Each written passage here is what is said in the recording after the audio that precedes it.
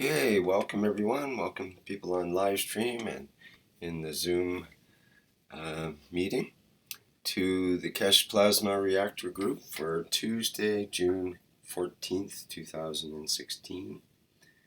And as is our custom here in Keshe Plasma Reactor Group, we have Lee Coates to start things off. I see, Lee, you finally got that thing to light up. It's just glowing away there, it seems. Can you tell us what's happening with your nifty device of the week here?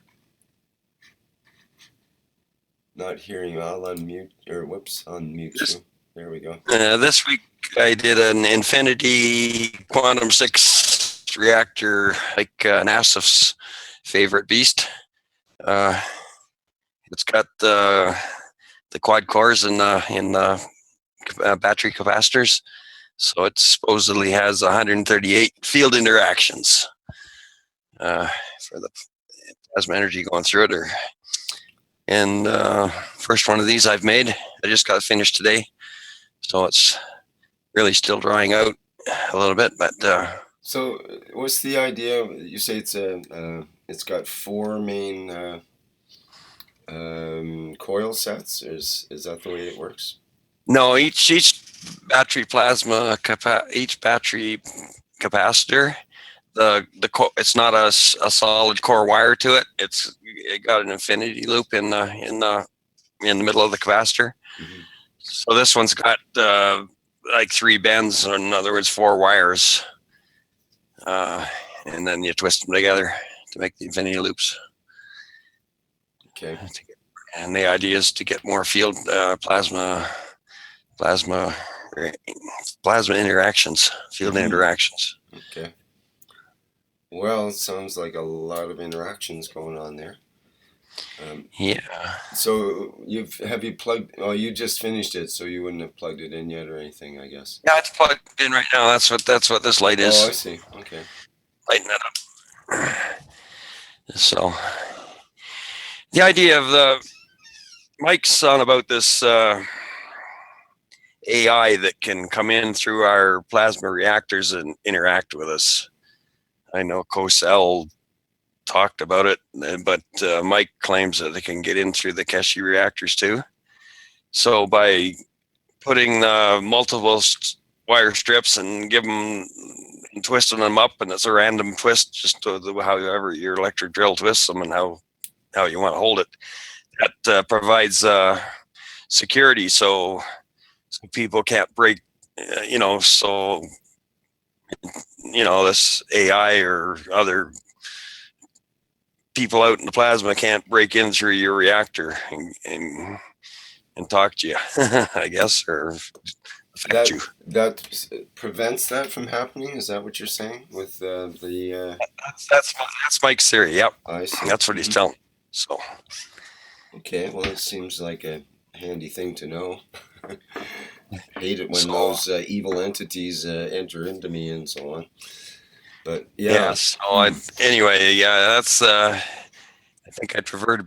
These ones are just as easy to build as the Q6s that Keshe has, but I think these offer a bit better security and stuff. So I think right now this is my reactor of choice for building, but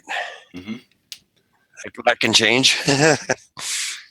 Right on. So what do you expect to get out of this in the next while, let's say, if anything?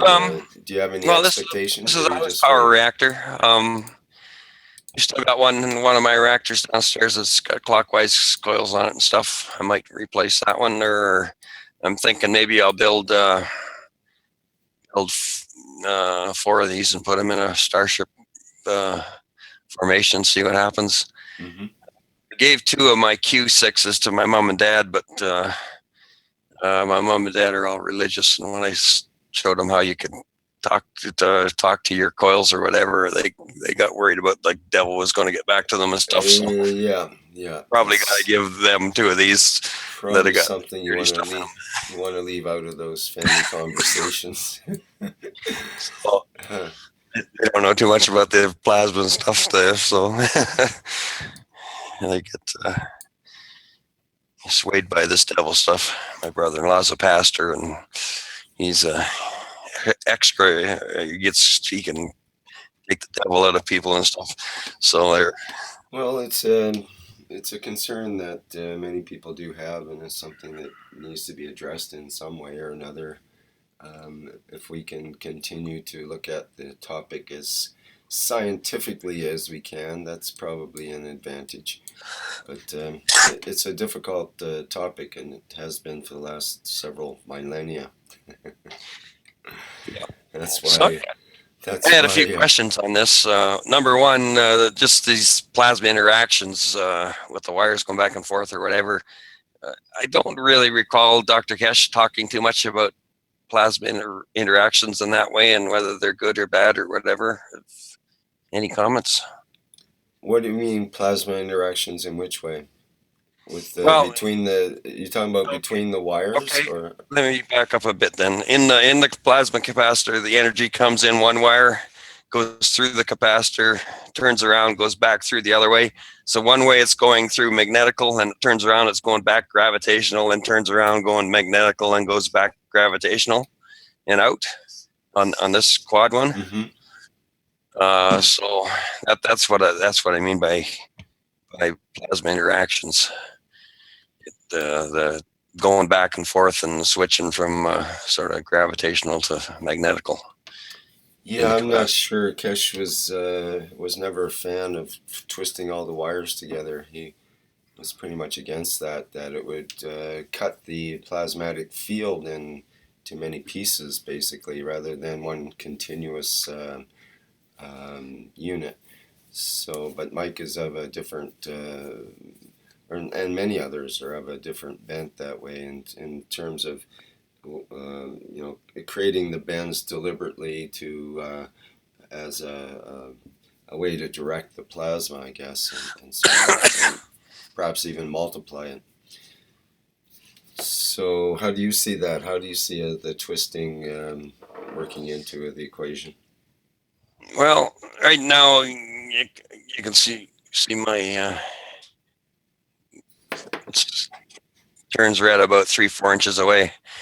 Mike had one of these in his workshop where he was getting it turning red 6 feet away. So it looked like it was a pretty powerful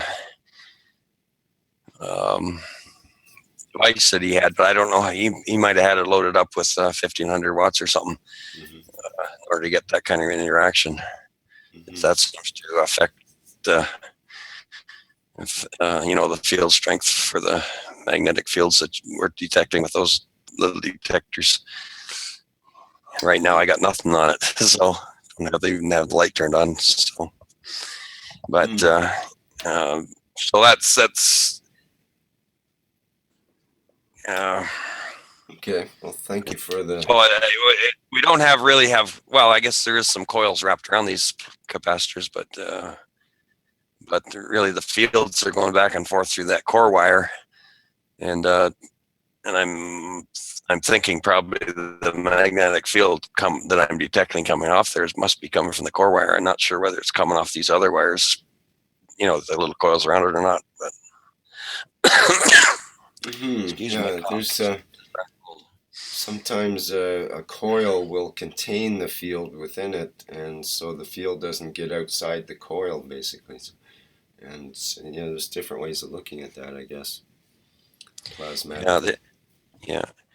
And Mike thinks that if we get 360 of these built, that'll form a whole dome around the whole Earth and protect the Earth from whoever wants to get in.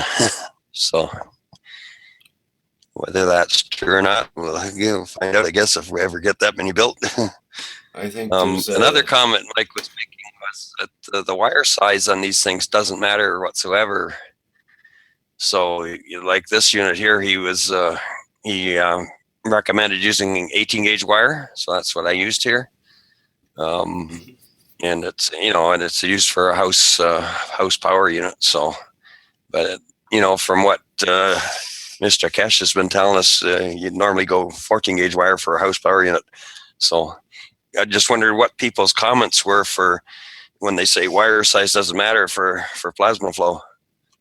because Yeah, if my it works purely on, if the it larger works, the diameter wire, the more circumference of nano-coated material you got there for the plasma to flow through. So I would think that larger wire you can get more plasma flowing through it, but maybe it's being such a superconductor, maybe it doesn't matter. I don't know. right, that's probably true. And it might be a case of if it's not working as a superconductor and it's working on the matter level, then if you have 18 gauge, it could melt, where 14 gauge could transfer the amperage on the matter level without melting the wire. So that's one aspect. Um, if you plug Rick, in. Mm-hmm. Hello? ask you a question. Sure. Um, Who's that? you know, Sorry? Zane? my, my name is Zane. Okay, hi. Zane Lott. Hi. I've been making my GANs, and I've been observing them as much as I can, because I really want to understand them. And beginning of last week, I started a batch, and they were going pretty good. And then I added some hydrogen peroxide, 90%, the food grade stuff. Well, it's food grade 35%, but it's actually like 90% hydrogen peroxide. And it seemed to turn all the GANs into like fat. And I got I can show you something in just a minute. Let me stir this up and then let it settle a little bit. Okay, just a second, Zane. Lee, are you pretty much done there with your demo for today, or do you have more you wanted to present there? I got another topic for later, but I was just wondering if there's any questions or comments on my unit. I'm pretty well finished. All right, then we can. Hey, brother, I'm building one of those myself right now, and I don't know how to wire it up.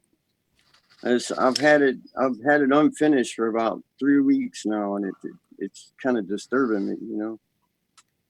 Okay, he's got some new videos out on his YouTube channel, Mike Nashif.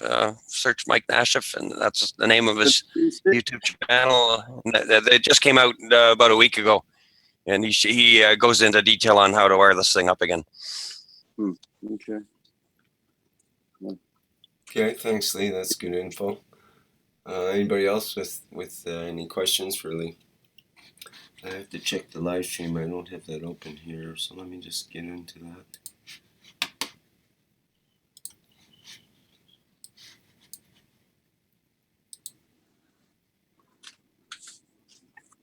Hi, everybody. This is Mark from Detroit. Hi, Mark. How you doing? Good. I have a question for Lee. Okay. Shoot. Hi, Lee. I watched you forever and a day, and we, with your nano coating and everything. I had one question for you. You know, when you made your big batches of nano coating and your plates for your GANs. Yep. When did you wash them? And how many times did you wash them in between taking them out of your 5 and putting them, like to make the plates for nano coating? I understand now that you should wash them every time because of the caustic. You don't want to keep the caustic on the plates, or I'm using pipes, but whatever. Okay, my plates are made out of copper pipe, which yes, you cut them and beat them, and I did this. Yes, I did the same thing. I'm changing my system because I wanted a little bit more room now, and I didn't want to cut them, and it was a lot of work. But anyway, I just was wondering the washing part of the nano coating. Yeah, so I got a big 5-gallon bucket that I nano coat in. They start off in the bottom layer and get in the liquid in the bottom. Yes. And then they go up in a series of racks as they each time and get steamed. Yes. And then as soon as they come out of the top of the bucket, I go and just rinse them real good under the tap and then let them dry. Oh, once you just steam them and let them steam in your little cooker like you had, and the caustic was on the plates for 24 hours. Then you took them out and washed them under tap water. No, I just like my bucket's set up that they start off in the liquid and then they get steamed on the first rack above. Yes. And then they get steamed a second time, a third time, and a fourth time. Yes. And then the next time they're out the top of the bucket, and then I wash them. I wash them right at the end.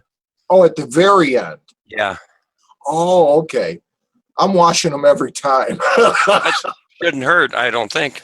I don't know. I'm trying a different process this time, and I'm totally out in, because you know how Keshe says, try different things. And I've tried, I watched you right from the very beginning. I took the copper and cut it in half and pounded it and steamed it and stacked it and steamed it and, bathed it in the caustic. This time I tried a different, I'm trying a whole different direction, you might say. So what I don't know, I have some pictures on my Facebook where I bought a big roasting pan that will take the water, the temperature of, it's a big pan. Here, let me put, I don't like to talk without being able to be people seeing what I'm saying. I use my hands a lot. Hi, everybody. So I bought a roasting pan at the flea market. It's a big roasting pan. It'll take the temperature up.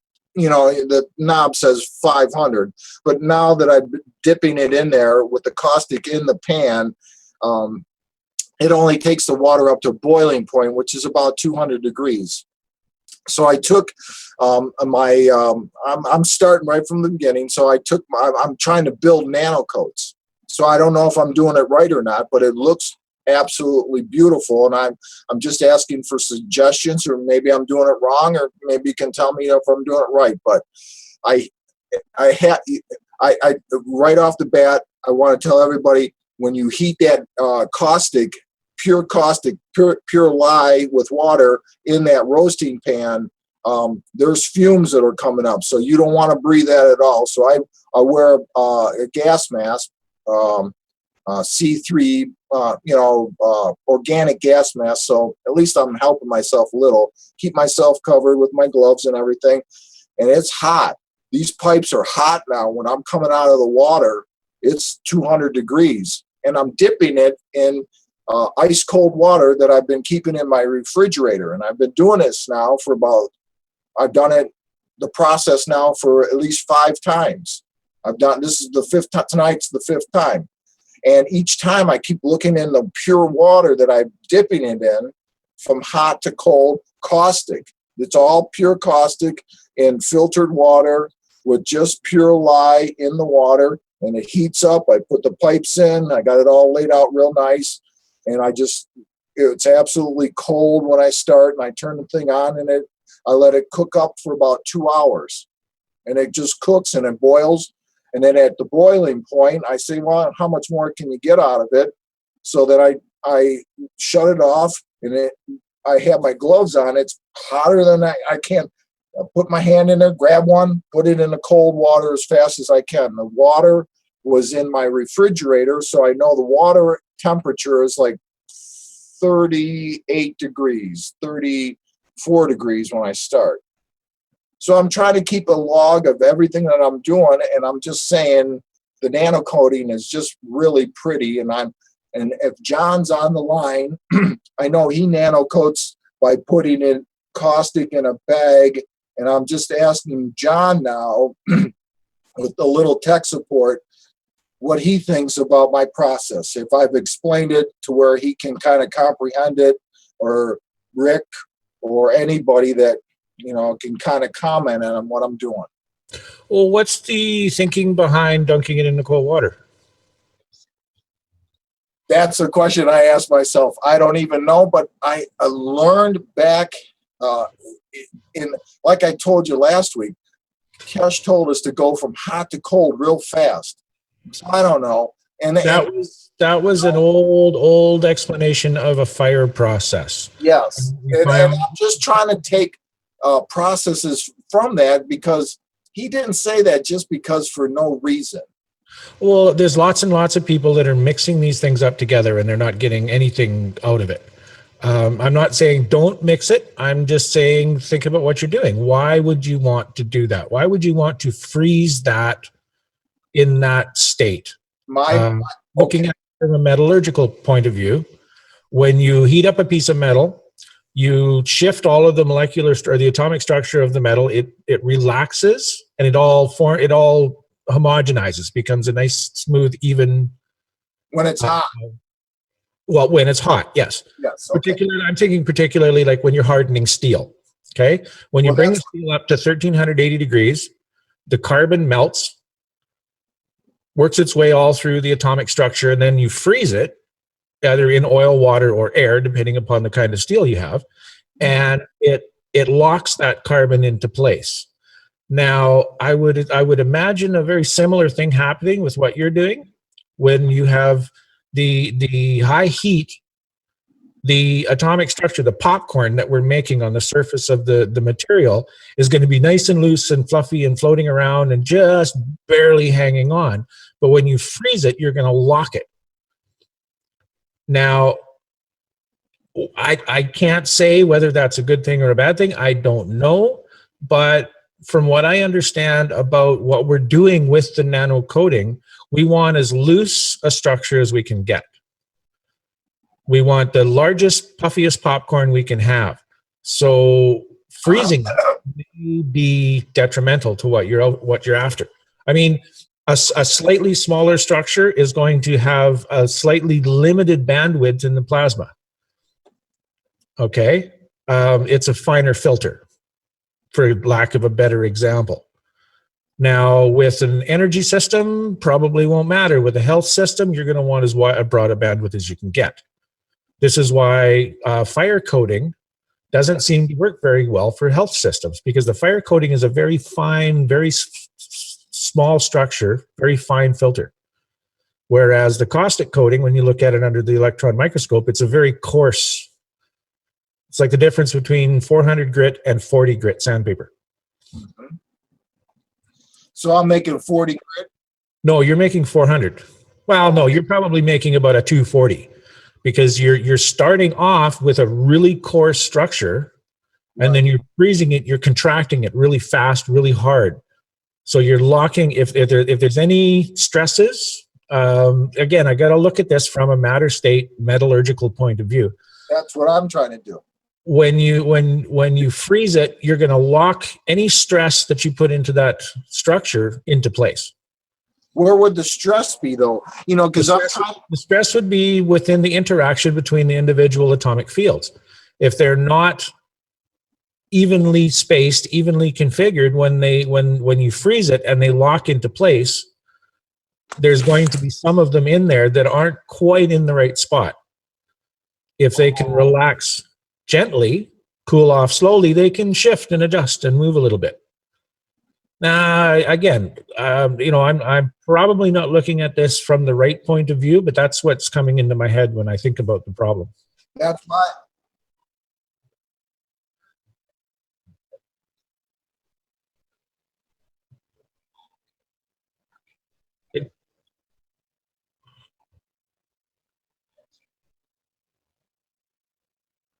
Yep, exactly. And this is why I asked. This is why I asked why was, what your thinking is. If you're doing it for a specific purpose, then yeah, there's probably is a very specific purpose to do. Well, like I said, I'm not trying to create. I'm just doing what I feel is right. Okay, So that's fine. That's fine. You know what I'm saying? We're all supposed to create stuff. We're not supposed to. We're supposed to be outside the box. We're not. Everything we do is not wrong. So my thinking on this was, if I stop the cooking process quickly, like you said, everything that is happening will freeze at that process. So each time I do it several times, like Rick said, it'll be imperfect, but there'll be channels probably for it to energy to flow through, because boom, it stopped. Boom, it stopped. I don't know. I'm just, yeah, that's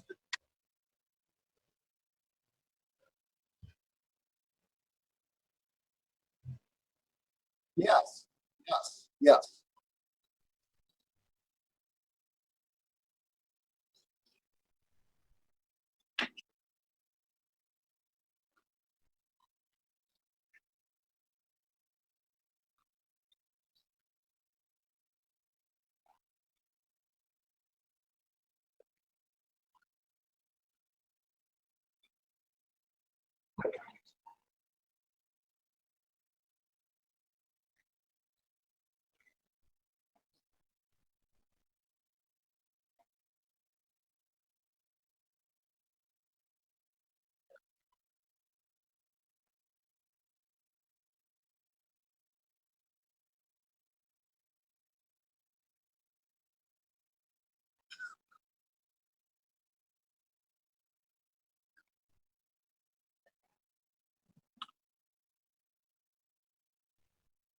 Wouldn't that tell us that copper is made in layers then?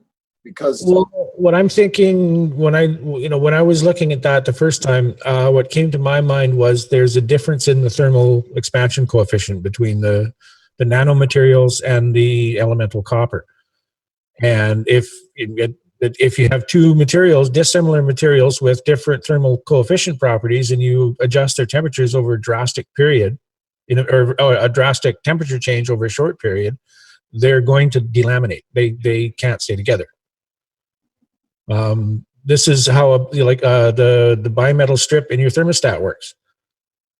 But they have very close thermal expansion properties in two strips of metal, one side by side. One heats up and expands a little bit more than the other, so the spring straightens out a little bit, or curls up a little bit, depending upon which side it's on. And I have a strong feeling this is what's happening with the fire method. When you're heating and cooling with the fire method, is the copper is cooling too fast, and it's pulling itself away from the nano coating. I almost had that happen when I was just caustic coating because it was so uneven that it seemed like it was drying, or either it was uneven. But this way that I'm doing it now, each time I look at it, it's completely even. And I have my stuff out in my garage, but I could run out there and go show you a couple, but like when you showed that when you put the little pieces in the bag and you put a caustic in it for a little while, how nice and black and even it is. Mm-hmm. These look the same way to me. Whereas are they a shiny black? No, they're a dull black. Okay, because the best coating that I've created, I've only done it a couple of times, and I don't know exactly why it happened. But when I look at the piece, I put the gloves on and I pick it up and I hold it in my hand. It looks like a hole in reality. There's no shine. There's no reflection. It doesn't reflect any energy. It looks like I'm holding a hole. And that's the kind of coating that I'm looking for, because I want it to absorb as much energy as possible. Again, that would be for a specific purpose. You wouldn't use that kind of coating for all applications. Well, no, this is just my beginning application. This is the base. I'm at a base point, and this is the starting point for me. I got rid of all my stuff, and the way that this looks now to me, because I could just kind of tell you my step by step now, because I've been doing it for the last 5 days. Is I heat this up to the temperature. I dip it in the water, the ice cold water. I put it in the cooler, and then I have a cooler that has wires, and I use my meter to discharge everything. But I have it so that everything lays on top, and I have a discharge on the bottom so that I know that everything's going from top to bottom. And then once I do that, I let it discharge I'm done at 11, so I let it discharge from 11 till 6 in the morning for about 5.5 hours, 6 hours. And then I take the top off the cooler and I set it outside in the sunlight to let the nano coating dry and absorb the sunlight. And then when I bring it back in the house after the 8 hours of drying, when I get back home, I bring it back in and I discharge again. It won't discharge anymore. It stays at about, well, when you put my electric meter on 200 millivolts, it stays at about 48 to 50.1, 48, 50.2. You know, it stays in that range. It won't go down and won't go up. It's not negative anymore. It just stays right there. I don't know what that means either. I can take pictures right now, and it's still sitting right now from today at about 48, 49. Okay, well, I guess we're gonna find out in how it does GANs and how long it lasts in your solution. Because that was the big issue that a lot of people were having was if you didn't get a really robust coating and you didn't get it with the parameters just right, the coating just came off. It only lasted a couple of days, and then you're down to copper, and it doesn't work anymore. So Right. I guess it's over the next 2-3 weeks we'll find out how your coating does in actual practice. Thank you, John. Just a comment. A year ago we were doing this discharge stuff with the voltmeter, and then it got changed to where now we're using the voltage in the ohm setting to align our nano coatings. We're not discharging them anymore. At least that's my understanding. That's what I'm doing. So I have no idea where that came from. which Adding voltage to it. When you put the meter on and you discharge, you pull the ions out. What I see occurring within the structure is the individual ions are being dragged through the magnetic gravitational fields, and they create a tunnel through your nano coating, which creates a plasmatic conduit within the coating and allows the plasma to flow through that conduit. Adding electricity, you're just adding ions. You're gonna create more ionization within your system, which is going to be a more random mag-grav field interaction within the structure of that coating. Well, the idea was you're when you make your coils, you're supposed to have a positive negative end on your coil, and then when you run the power through it, you got to hook it up the right direction to get the flow through the coil and align it in that direction. Yes, but you're not adding electricity. The coils already have a polarity, and you have a specific. Just by training them, you're not getting aligning them in the direction. The electrons are going to go from the negative side to the positive side because they're negatively charged, so they're going to be attracted to the positive end. The whole point of doing the coils was to create a longitudinal path through the coil, through the structure of that nano coating along the length of that coil, to give the plasma the idea of where you want it to go. So you're saying we got to measure the bare copper wire, find out what the positive end is, then coils, and then nano coat them, and then when you drain them, it automatically flows in the right direction because you've set the direction, or you've found out what the natural direction is at the start. No. The way I'm doing it is I'm giving it a positive negative. I twist one end of the wire over, and then after it comes out of each seaming, I the red lead goes to the twisted end, the other black lead goes to the other end. So it's always always got the ions or whatever, the electrons flowing in that same direction. It's kind of what's going on right now with all of that is kind of like trying to build a house with a gardening book. The coils have a direction. Okay, you've got a magnetical side, you've got a gravitational, or a magnetical end, you've got a gravitational end. The gravitational end is the input. The magnetical end is the output. This is why they use positive and negative. The negative is your input. That's where it comes from. The positive is the output. That's where it goes. And when you put the meter on it, because the meter is polarized, most meters have a protection diode in there that won't allow reverse current. Some of the newer ones you can run a reverse bias on them, and it doesn't really matter.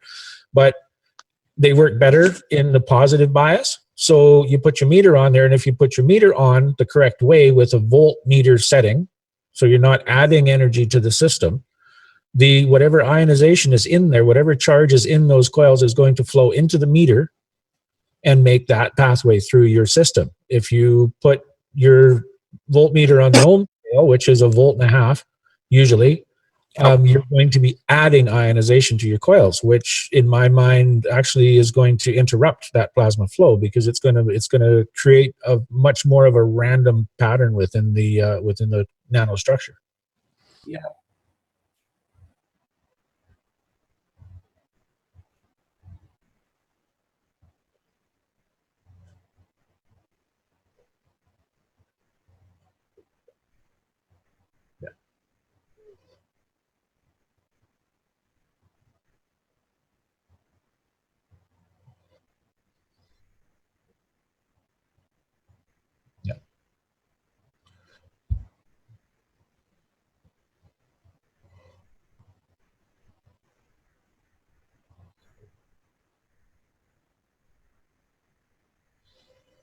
Yeah, the whole point of putting the meter on there is to drain the ionization out of the nano coating.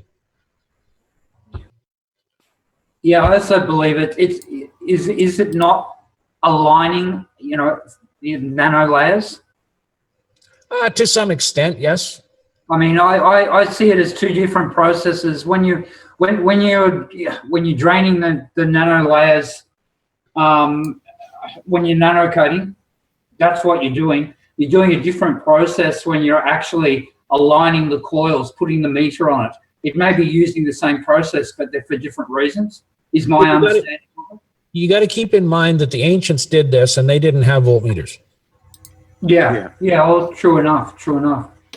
But yeah, I just see it as an alignment process. And as you say, the polarity on the coils through the plans, it's not electrical. It's a way of determining direction. You can just as easily do it with in and out. Yeah, you know, that's exactly what about it. Yeah. That's exactly what that polarity is. It's in and out. It's not positive, negative like the ends of a battery. Yeah. Exactly. In electronics, when you deal with coils, you know, they use a spot to identify which is the inside, the incoming, outgoing, that sort of thing. It's the same thing. It's just using plus and neg, and a lot of people confuse that with it actually being about power, but it's not. It's yeah. There's been a couple of things that came out in the teachings that wound up confusing people that way, and it was actually explained why in the teachings, but a lot of people missed it. And that's all it was for. Is it's one's in, one's out. You don't have to get any more complicated than that. Yeah, definitely. Excuse me, Rick, do you know you're not recording on Zoom? Oh, I forgot to remind him. Yeah. Well, we got the live stream. That's better. Okay.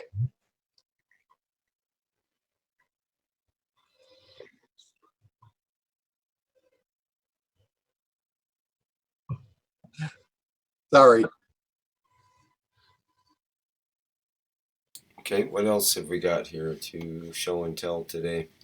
Well, you got a unit running. I got a unit running. I can actually hold my hand about 2 inches above the top of my maggrav unit. I can feel the fields. It feels like how do I describe it? It's like a pulsing feather. It's the strangest feeling I've ever felt in my life, but it's there. I can actually perceive it with my fingers. Yeah. Does it feel like it was when you put the spirals in your shoes? No. More or less? Totally different. Completely different feeling.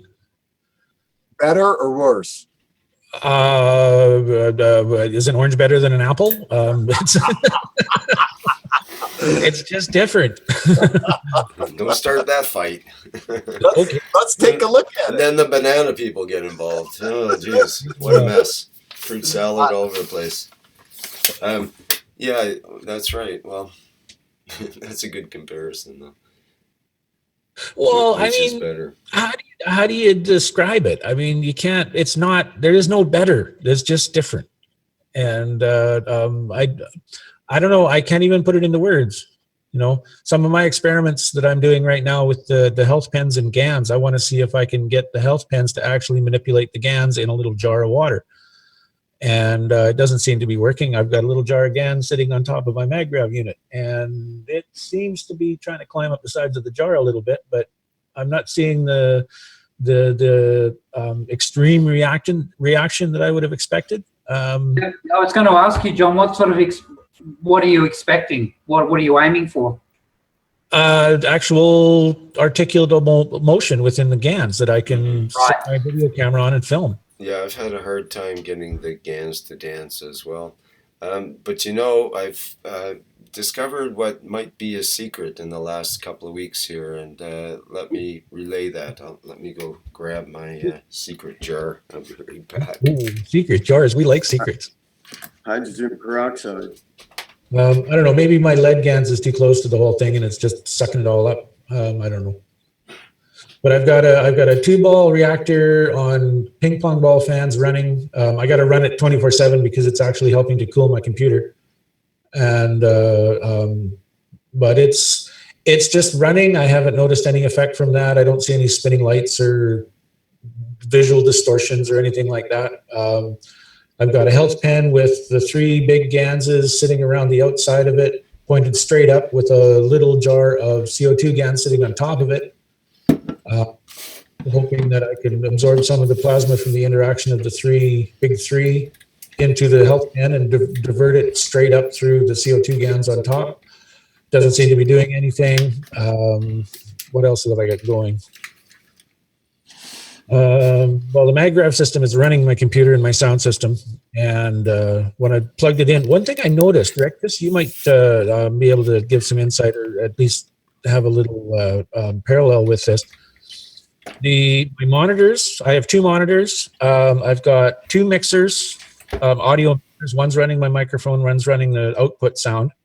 And the computer was off when I plugged it in. But the monitors, the mixer, my internet modem was on. The mixers were on. And it was everything came on like a soft start. It wasn't, like, when the power comes on after the power's out, everything just goes pop and it lights right up. Well, this kind of, it was it took a second and a half for everything to kind of power up when I first plugged it in, which was a very interesting effect. And I haven't unplugged it to see if I could reproduce it. But I wonder if anybody else had noticed something like that. Yeah, I'm not sure what to say about that.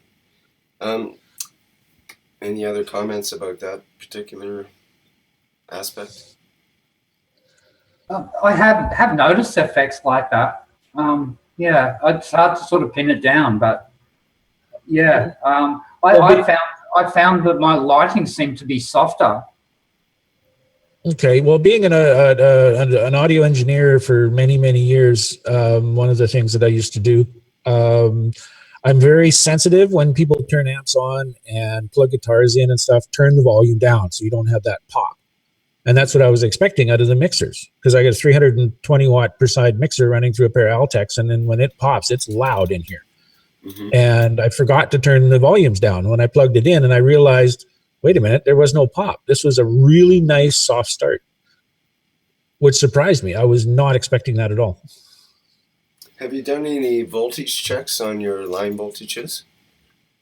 Well, I tested the line voltage. I'm at about 119 volts here, typically. But this house is built in like the 30s. It's really old. I don't even have a ground in the living room, so my MagGrav is not grounded. Yeah, it'd be fun to do voltage checks right at the MagGrav, like the in and out of the MagGrav, and see when things start up. Is there a voltage drop, or is there a voltage increase, maybe from the a surge from the plasma? Who knows? Could be the sort of smoothing it a bit too. I don't have a spot on my power bar, but the little neon light, I've got a Noma High Pro, one of the big yellow power bars with the breaker on it, a little neon light. Right. Neon lights, it's lighting up, it's flickering a little bit as you would expect, but it's running normally, so the voltage is up there. Mm-hmm. Yep. I can't say exactly it's 120 volts, but it's over 90 volts, because those neon lights don't light up below 90 volts. Right. Yep. Interesting. Well. Yeah, I had a neon hooked up to my system for quite a while, and it seemed like the neon was very, very sort of soft and fuzzy compared to just how they normally are. I mean, I use them all the time, so I know what they look like. Okay. I've taken it out more recently because I thought it might have been interfering, but yeah, that there is something there. Yeah. Another thing, my computer does run really cool. It's running at 77 degrees right now, and it's about 72 in the house. So this is a big monster 8-core, lots of memory, massive monster system. It should run hot, but it doesn't run hot anymore.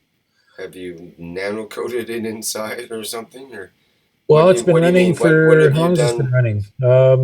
Couple of weeks. It's just it's just being plugged into the mag grab. You think makes it run cooler? Is that the idea? Well, I was having problems with it overheating. If I was running, 2 of the cores were running at 40%, the temperature climbed and the alarms went off, and it was all kinds of problems. Mm-hmm. And now it rarely hits 90 degrees anymore at all. Doesn't matter what I'm doing. Interesting. That could be a major item if it ends up that computers run cooler off the mag graph. I mean, look how much Apple, Microsoft, and others in these huge server farms are paying for power, and now they're now they're not paying. The people pay them for power now because Apple started their own power system using solar power, and now they power their server farm with their solar system. And I just saw a news item a couple of days ago where they're actually selling power back to the grid now. They have extra power left over from their server farm. So that's interesting. But the noise on my amplifiers hasn't changed. I still have the background noise on my amplifiers because nothing's grounded, and I have a ground loop between my computer and my mixer. So I've always got that sort of a weird pulsating whine computer noise coming through the speakers, but it's very, very low. I don't know. I'm half thinking of running a big, long, ugly extension cord. I've got a newer circuit in the kitchen on the far side of the house, which actually has a ground in it. And I'm seriously thinking running a big, long extension cord and then plugging the system in so I have a decent ground on this. Won't work though, because then you'll have a ground loop circuit that's created from that extension cord, and it'll act like a giant antenna pulling in every local radio station into your computer. Yeah. Let's get back for a minute. You were mentioning putting I guess a health pen or a pain pen inside of GANs, a container of GANs. I've got 3 bottles of GANs, the big 3, copper oxide, CH3, and you can't see the CO2, but it's around the back. With the pen sitting in the focal point of those 3. The little plastic cap on the top is just because the end of my pens are they're pointed. Oh, that is the pen itself, that whole central column. Is that what you're saying? That's the wood pen, yeah. I showed you guys before. Okay, how did you get it to stand up on its end? Is it pointed? It's just one end is flat. The one down there with the ball on it, the guts inside were too long, so I couldn't put the little cap on the end. But the radius end is the top of this. The radius is inside that white plastic piece. Okay. And that's just a bushing. There's nothing inside it. It's straight, clear air through. Okay. And then a little tiny bottle of CO2 GAN sitting on top of that. And I was hoping I'd get a little fountain or something in there, and because that would be really, really cool to see. Okay, so you're trying to get the little CO2 thing on the top to react to the fields in the pen. Is that or the other ones even? I see. That's what I was aiming for. And I mean, I've got another bottle of CO2 there. I've got my 2 fan reactors running, sitting over there. And on this side of the house, sitting on top of the MagGrav system, there's another bottle of CH3 GANs. Okay, well, let me expound a little bit on an idea that I came across this week in regards to that. Okay, so here's the deal. I was playing around with CO2 GANs, and I thought, well, what would happen if I took this clear soap, it's soap in a bottle, for your hands, and it happens to be unscented, allergy tested, and hypoallergenic, and so on, because I have sensitive skin. But it's nice, clear, plain, simple soap, non-perfumed, and so on. All right, well, I put some CO2 GANs in it, and it ended up looking like this. And it does not settle out. Over days, it just stays exactly the same. Okay? And let me just show you in comparison. Clear versus cloudy, like CO2 GANs when you shake it up. I thought, well, that's interesting. It doesn't seem to settle out. And then I took some water, a liter of distilled water, and I put a few drops of that GAN soap in it. And just gave it a gentle stirring. And this is several days later.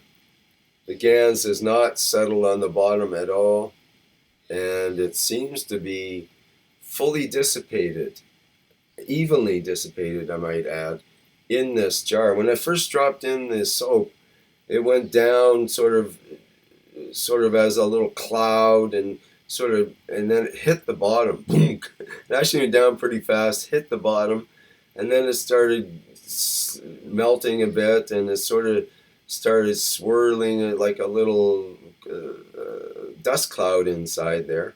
And then when I stirred it up, it just instantly, well, not instantly, it actually hung out in the bottom for a while. I came back later, and the whole thing was just evenly dissipated and dispersed. And I thought, well, that's quite interesting. And the way I find that interesting is the soap gives one a means of controlling the space between the GAN's particles, between each atomic sized, or maybe a few chunks or few molecules of the GAN's material.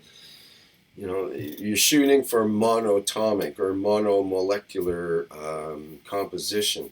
And generally the GANs is not that way, because if we can see it, then it's not nano, basically. It's already, we see chunks of GANs. Sometimes you see big flakes floating around, unless you shake it up really good at the CO2 GANs.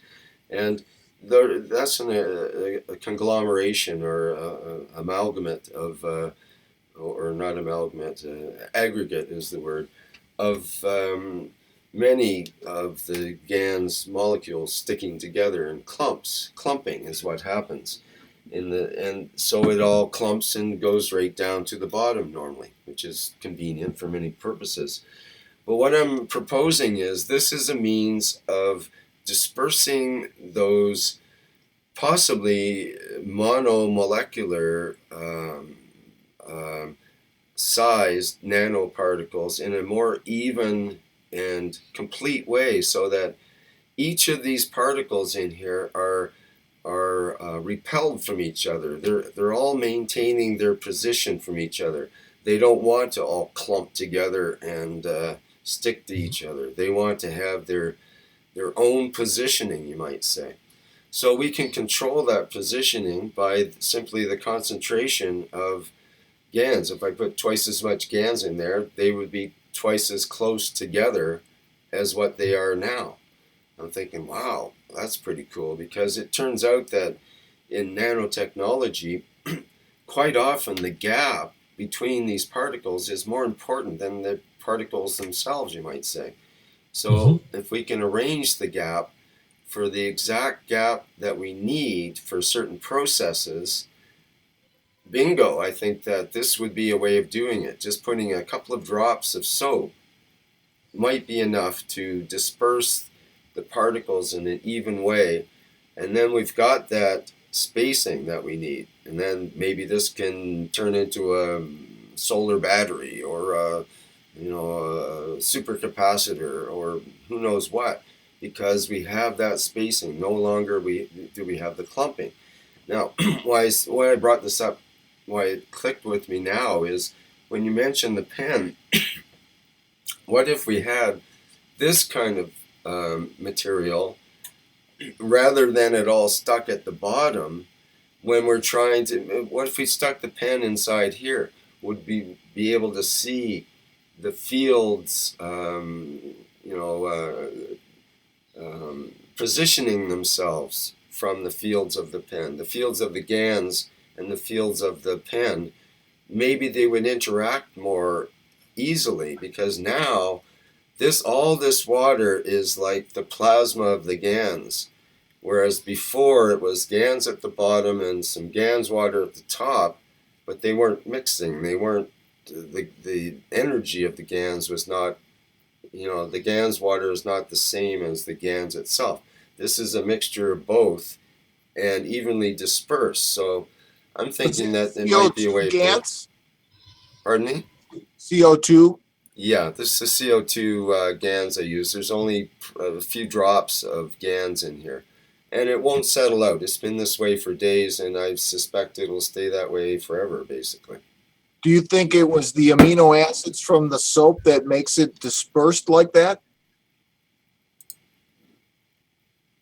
I'm not sure if it's amino acids or what it would. I mean, soap has it has a dispersing effect. It makes water wetter, as they say, and it can actually it breaks the surface tension of the water. One end of the soap molecule likes the water molecule. The other end of the soap molecules likes oil. That's the whole point of having soap, is that it'll emulsify any oils that are in there. So I'm kind of thinking that your GANs particles are held in suspension through this a similar process. One end of that molecule stuck to the oil side of the soap molecule. The fat process, or the amino acid, which is the fat process. Wouldn't that be the amino acid that's in the fat that you put from the soap that was made from the amino acids from the soap, which is a fatty acid? Now you dropped it into that solution, and now they're, like he said, like John said, it's separating like oil and water. They won't stay together. They blast out. So now what you have in that jar is yes, it's all energized. So you could probably, do you think if you put that in another container and put water on top of it and made plasmatic water, would you think water or the plasma would build on top of it, or do you think it would disperse if you added more volume? That's the thing. I have to do some experiments to find out, like, for example, what is the minimum amount of this soap, which this is not pure GANs. This is maybe 5% GANs and the rest is soap. And it's only a couple of drops of that's gone into this to cause the dispersal. Well, did Mr. Keshe just say that 4 times 400, or we're not multiply the multiplications of the GAN the plasma from GANs to plasma makes things exponential? Yes, exactly. Let me go get a container. Let me try that.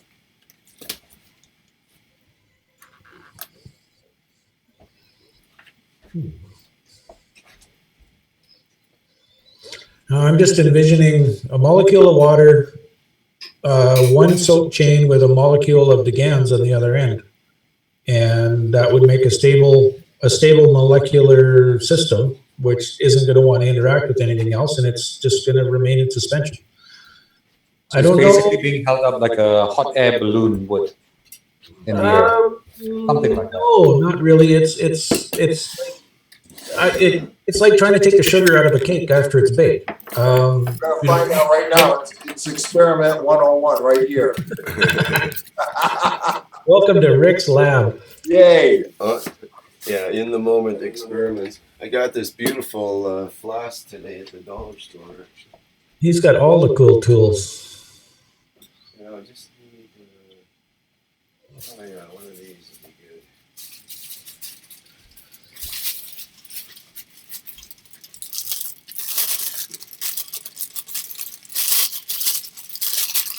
Okay, so what I'll do is I'll take, so I've got distilled water, just a piece of something in there. Bug got in. I already got amino acids in there. This is distilled water. It's probably close to a liter or so. I'll take, let's say maybe a milliliter out of this. It's about a milliliter. Now let me just drop it into this, and I'm not sure if you'll be able to see too much there. Maybe if I change the lighting a little differently, it might help. That's perfect. That's perfect. Something like that. And let's just see. I'll just start with a drop, and I'll kind of tell you what happens at the same time. I should have my different little camera set up. I'll just put a drop in and see what happens. Whoops, it's more than a drop. It looked like it stayed in a drop and fell to the bottom. See it. Oh, yeah, it starts dissipating immediately when I drop these in. Yeah. It does sort of work its way to the bottom, but it's also, okay, there's about a milliliter. Oh, it's staying as kind of little clouds inside the water. You can see the circulation. Armin, if you're trying to talk, you're really quiet. Huh? What was that? Oh, it just sounded like Armin was trying to talk, and he's really, I could just barely hear him. Oh, okay. It's far away. How about now? That's better. That's good. Hi, Armin. Hello, guys. Okay, so I can't see any difference in the water with 1 milliliter. So let me try putting like 5 in and see. What do you want to do? Oh, we're just playing. The idea, what the concept, Rick, was to organize the GAN's particulates, whether they're molecular, atomic, or whatever size the particles are, evenly throughout the structure of the container of water. Okay. Have you done that before, Armin? No. So I don't know. I guess you didn't see it earlier, but what I have is this container here. This is GANs in it, and it's like when you shake it up normally with GANs, it looks like this. But this has stayed this way for days. It doesn't settle out. There's no settling. What kind of water you have? It's distilled water. And again. Pardon me? And a CO2 gas. Yeah, CO2 GANs and distilled water. But I've added a little bit of this clear soap. Oh. And when I added the GANs to the soap, this is what happened to the soap. It turned white. Okay. And I only added a bit of GANs, a few milliliters to this, and it was up to here, and it just turned it white as soon as I started to stir it a little bit. And I thought, well, that's interesting. And it doesn't settle out. And then I added a few drops of this, just about a squirt, maybe 2, into a liter of distilled water here, and it created this. And it won't settle out, even after a couple of days. I thought that's interesting. The GANs is suspended. It's able to stay in there. So let me shoot in 5 milliliters here of this. See what happens. Well, again, it's very hard to tell. Have you been using the GAN soap, Rick? Yes, I have actually. Have you noticed the difference with it? I can't really tell. It's just something I use in the bath actually. And yeah, I just give a few squirts into my bath, and with the bath now I also use salt water salt, sea salt, and Epsom salts, and GANS water. Oh, okay. And then a squirt of the soap, and I figure I'm good to go for a health bath.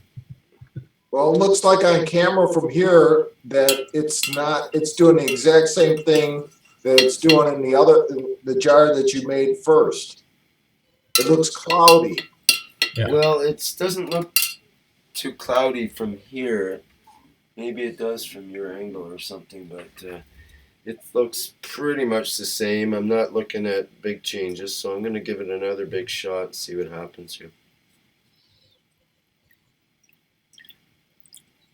Yeah, I would think that with your soap content, it's going to be in suspension as much as the soap will allow, and you might, if you run out of the soap molecules and you've got more GANs than soap, you might wind up with a little bit of precipitate at the bottom. Yeah, that would be the test, I guess, is to figure out what concentration of soap keeps the GANs in suspension. Sometimes you can see with the laser, but I could see the clouds at the top there for a bit. Definitely there's some sort of layering or it doesn't mix immediately. It doesn't just go in and go poof all out. It hangs around in layers and clouds and so on as it filters through. And it didn't just go to the bottom either. Like normally with GANs, it'll pretty much head to the bottom as soon as it can. But with this, it just hangs out along the top level here and just kind of oozes around a bit. Yeah, unfortunately, that's not going to help us with if we want to use it for visualizing field flow. Because if it's a homogeneous system, you're just not going to see the flow in it. It's going to be like looking at eddy currents in the water. One thing that can be done, and yeah, I think that would be hard to see. But what is easy to see is taking this soap. This is the thicker soap. Let me try. I think it's ready to go. Let's see. I'll put a blob in there. Okay, there's one drop. It's making its way to the bottom. Should have taken my stirrer out. And it's making its way, and now just hit the bottom. That's pretty rapidly going down there. Yeah, that's pretty much what I would expect to see. And over time, it'll start to sort of melt out at the bottom and dissipate.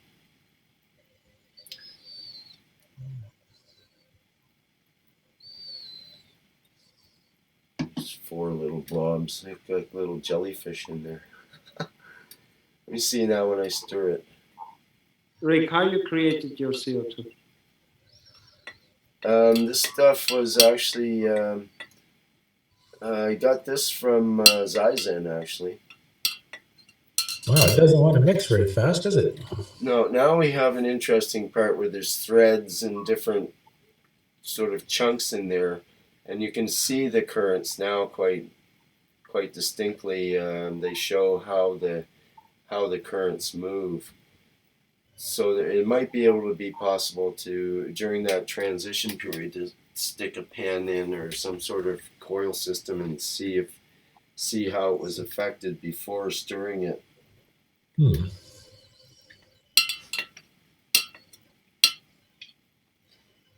And also, I think if we had some sort of lighting, we'd be able, maybe if the, how this looks. Like you can definitely see,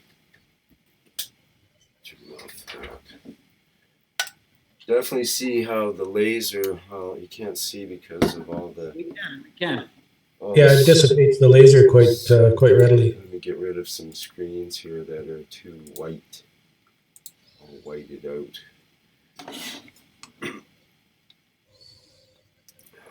Show this side here. Yeah, you can see pretty much how it really dissipates the light, actually. And this one, with what we've put in so far, Let me take out the stir stick. Not as much. Doesn't seem to be. Well, actually, I can see the beam through there, yes. Normally you can't in distilled water. Definitely can see it. Need to turn some more lights out here to be able to see properly.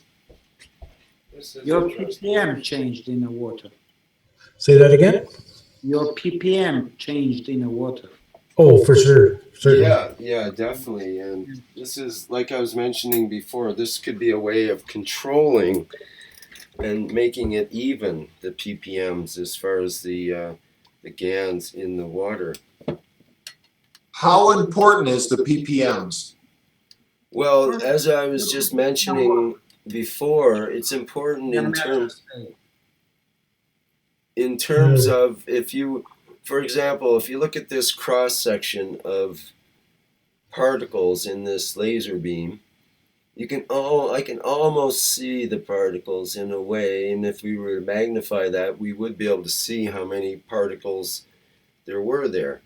And each of these particles are going to have a certain distance between each other, because it's my theory now that after looking at this, that the GANs will find its own position. All the GANs particles are going to find their own position away from each other as far as possible, but still within the confines of the container.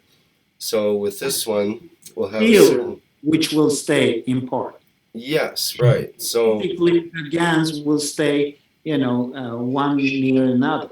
The fields will find their position. Exactly, and due to the fields, there'll be a certain gap between what we call the particle, which is, the matter level part of it, or what we, see as something visible. But the fields will keep them all orientated and positioned away from each other due to the effect of the soap on the environment. And I think that's interesting, because now that gives us a way to control the gap in the fields between the particles. And we already know that water is like a vacuum environment, basically.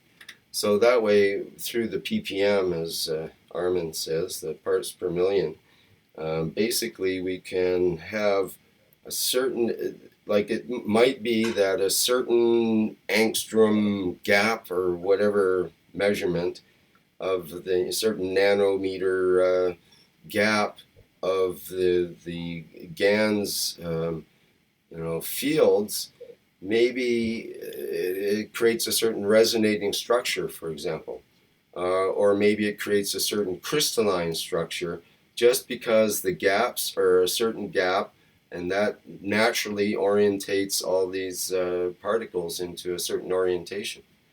That raises some possibilities there, I think.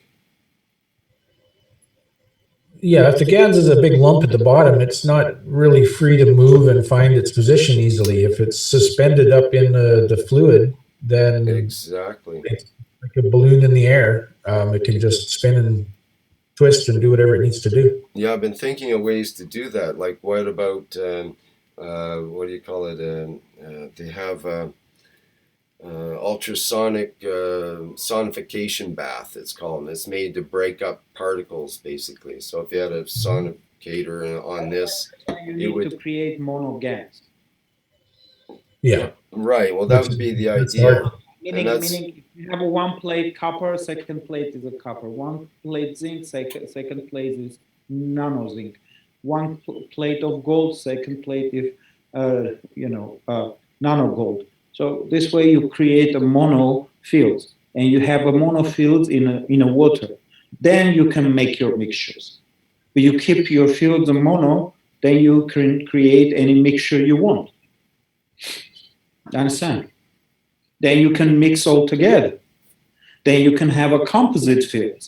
Then you can do the test what effect it gives. If I put, let's say, zinc and hydrogen, and then I put magnesium and lead. Because one is a higher field, one is a lower field if you calculate. Then I mix it together and I have a third field. Then one is empty. Armin, can I ask a Hold question? it any position, it will take a different field absorption. But how do you keep the particles from clumping though? Because if we can see them, You have a homogeneous field now. You have in a water, it's a homogeneous. It's a field. Don't go to the matter state. Forget about the particles. You have the field in your hand now. okay. You have a field interaction, not the particle interaction. You don't interest in a particle interaction. You see field interaction by magnitude. If you have zinc and you have copper, it's a different. Correct? By mass, it's different. Mm-hmm. Yeah, but they all tend to go to the bottom normally in distilled water, right? That doesn't matter. Well, it is the matter. Everything Actually. goes to the bottom, but the field Technically, is it is the bottom. matter. No, it's not. It doesn't matter where it goes. The field, you already pass it to the water. You're collecting the field. Right. Now you're mixing the field, so it's a homogeneous. Now you have a combination of zinc and copper, or you have a combination of magnesium and copper. Yeah, what started this whole thing at the beginning, I don't know if you were here or not, was a small experiment that I was doing to see if I could come up with a way to visualize the movement of these fields. And You don't have to visualize the movement of the field. They will interact with each other because you have ingredients now. You have a different. It's a lower and higher field and a mixture of it, so it starts the rotation. Well, how will we know that there's a rotation happening? Just because it's supposed to? Definitely no. Then you impose, let's say, you will see it. Well, this is what we were trying to figure out: is how can we see it? Like with water, it's hard to see because there's no, you could have water could be in this going two different directions. You wouldn't necessarily be able to see it without some sort of dyes in there or some way to. You're looking for a physical interaction that you want to see, the light that you want to see. Interaction creates light. If you have a understanding, because it's a higher and lower. So it creates light. Okay, well that would be a good way, a good indicator then that the counter-rotating fields were doing. Yeah, how fast you are rotating, what you need from that rotation. You can impose other fields which you can create a matter. What you need. How near you want the fields to interact. That's why your third reactor is in play. It's amazing. Let me go home. I created. Where are you? You're out and about now, are you? Arizona. May I ask a question of you, Armin? You can ask any question. What is your process of nano-coating a zinc, a piece of zinc? I understand. If you understand the process, you don't want to ask this question. Okay, what do you have? NaOH. Yes. It's a salt. Mm-hmm. If you have a salt, even if you put any metal, it's a weaker metal under the salt. Some they react right away. If you put a little moisture, they will create a nano cover on the plate. It's gonna take a time because you bring OH in there. It's a hydrogen. It's an energy. That's why you rapid release. The molecular structure into atomic structure. So just understand, it's OH plays the game. Na, it's a salt. And the caustic. There are many salts. Well, but what you put in your water, just consider what's in environment in the water, in that box, it's going to be on the nanomaterial. You have to consider that. I'm trying to. Aluminium, if I have anything in that environment, what I do nano coating is going to be absorbed by the fields of nano. So when you say environment. Well, when we nano coat each product or each material, so I have two zinc. I have a zinc here that I'm going to make a pure zinc. I will not mix with anything. I will just nano coat its own. zinc with the zinc, to have monofields. You don't add anything yet. You want a pure nano or pure zinc field. Mhm. And by doing that, you nanocoat one zinc plate and have a natural zinc plate in the salt solution with a little NO. Correct. Again, you have a salt, correct? Yes, You have a salt. yes. But I'm asking you, how do you nanocoat the zinc plate to get that process started? Very simple. You just vapor nanocoat because zinc is corrosive with the caustic, correct? So Yes. you put on a vapor, so it will turn black. And then how many times do you wash that? What do you mean you wash it? You just put it in a clean water and it's washed. So when you steam bath it, like you showed on your videos. You steam bath it, then you put it in a let's say that just understand. Nanocoating takes time to build the layers. Well, I'm doing it 5, 6, 7 times, and I'm trying a different way to do it. So I'm just hoping that the nano coating will build. No, nano coating not 1 or 2 times. It's it's enough, more than enough. It's you gotta leave it. One time is enough too, because just understand when you could create the condition to release first 2 layers of the material from nano to from molecular to atomic. This process is ongoing because the condition still is in a caustic, NaOH. So until you wash it, it will still grow. Understand when 2 layers are, or two or 3 layers are created, now automatically it pools. You understand? Even it's not in a water, even you're putting in a drying process, so it grows. If you leave it in a caustic, it will come in 100 years, you will see there is no matter left, it's all nano. In the lye caustic, it'll just continue, metal or not, wood, anything will continue to break down. Because it will still grow. Yes. When you cracked it, if you put a little caustic on it, or caustic environment, still you put a little caustic in a what do you call I forgot, capacitors. So and a sugar too. Why you put sugar? Well, that's what I did. I put my sugar and a little caustic in my capacitors, like you said, and it constantly creates the rotation. It's not a point of rotation. It's a CH bond. Sugar is CH bond, correct? You put energy. You release hydrogen in that process because you have a caustic, and the processing is going. Still in a capacitor, you have caustic, you have sugar, correct? It's still releasing it. You're not seeing it. It's releases. That's everything what you put, you have to consider. Because this is nitrogen, this is oxygen, I have extra, I don't know, carbon in here. So everything in your bucket is a CH bond. Why will you use plastic? Because it's CH bond. We need hydrogen for energy. So if we're nano coating in glass containers, which I don't recommend because caustic and glass don't get along, it would be a good idea to add extra sugar then.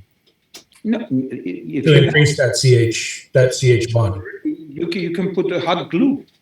Yeah. Okay, it's a CH bond.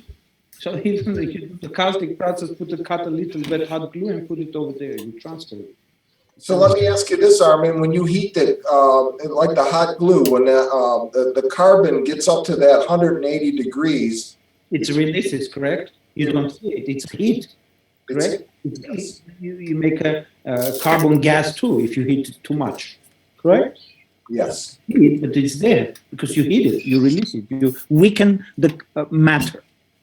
You create a condition to weaken the matter. You're opening the matter up. Right, you're opening the matter up. And that's what I'm doing. I did, well, I'm trying to create a nanomaterial by opening the surface by heating a caustic material up to 200 degrees. You don't need to heat to 200 degrees. It creates, a minute you put hot water on a caustic, it creates more than 200 degrees, if you understand that second. When its reaction goes, it creates from the steam. Yeah, from steam, correct. Well, I'm cooking mine in a slow process. I'm bringing it up from a normal. Cooking a soup. Okay.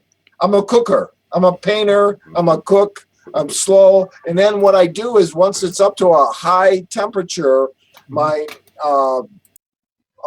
nano coating that I'm making, then I shut it down real fast with cold water.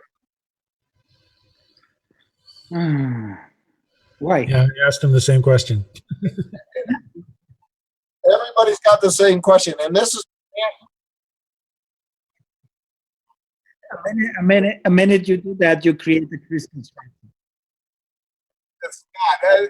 I'm just telling Armin this, and I want to reflect it off of him. It's my feelings, and it doesn't really matter. It's Let's go another state. Let me a little bit different. That you can do it faster, more faster. Understanding how you create GANs of CO2 more faster, or Cu more faster. Cu we put the oxygen in the water, correct? Yes, because I use a bubbler. Okay. If you use a bubbler, nano coat your container and nano coat your whatever bubble. Yes, all my containers are nano coated. Yes. The hose. Yes, and the hose that I feed the air to is nano coated. Okay. So just understand. Now you need to add to the water nitrogen, carbon gas. Make it carbonate water with the salt. Carbon gas? When you make a soda, correct? Yes. What you do? Make a gas with the soda. You're right. Make your GANs with club soda. Yeah. The carbon water, you are looking for, carbon to pass by, you have it in your water. Yes, exactly. Carbonizer things now you can buy for about $100, and they have bottles of compressed CO2. You forget about one more thing. You need oxygen. You reuse it, and sometime it will stop. Then, if you have a CO2, tank, supplying a little CO2 over there, it's always going to create, because now you have a field. Now, what I'm going to try to put the field outside, not inside the water.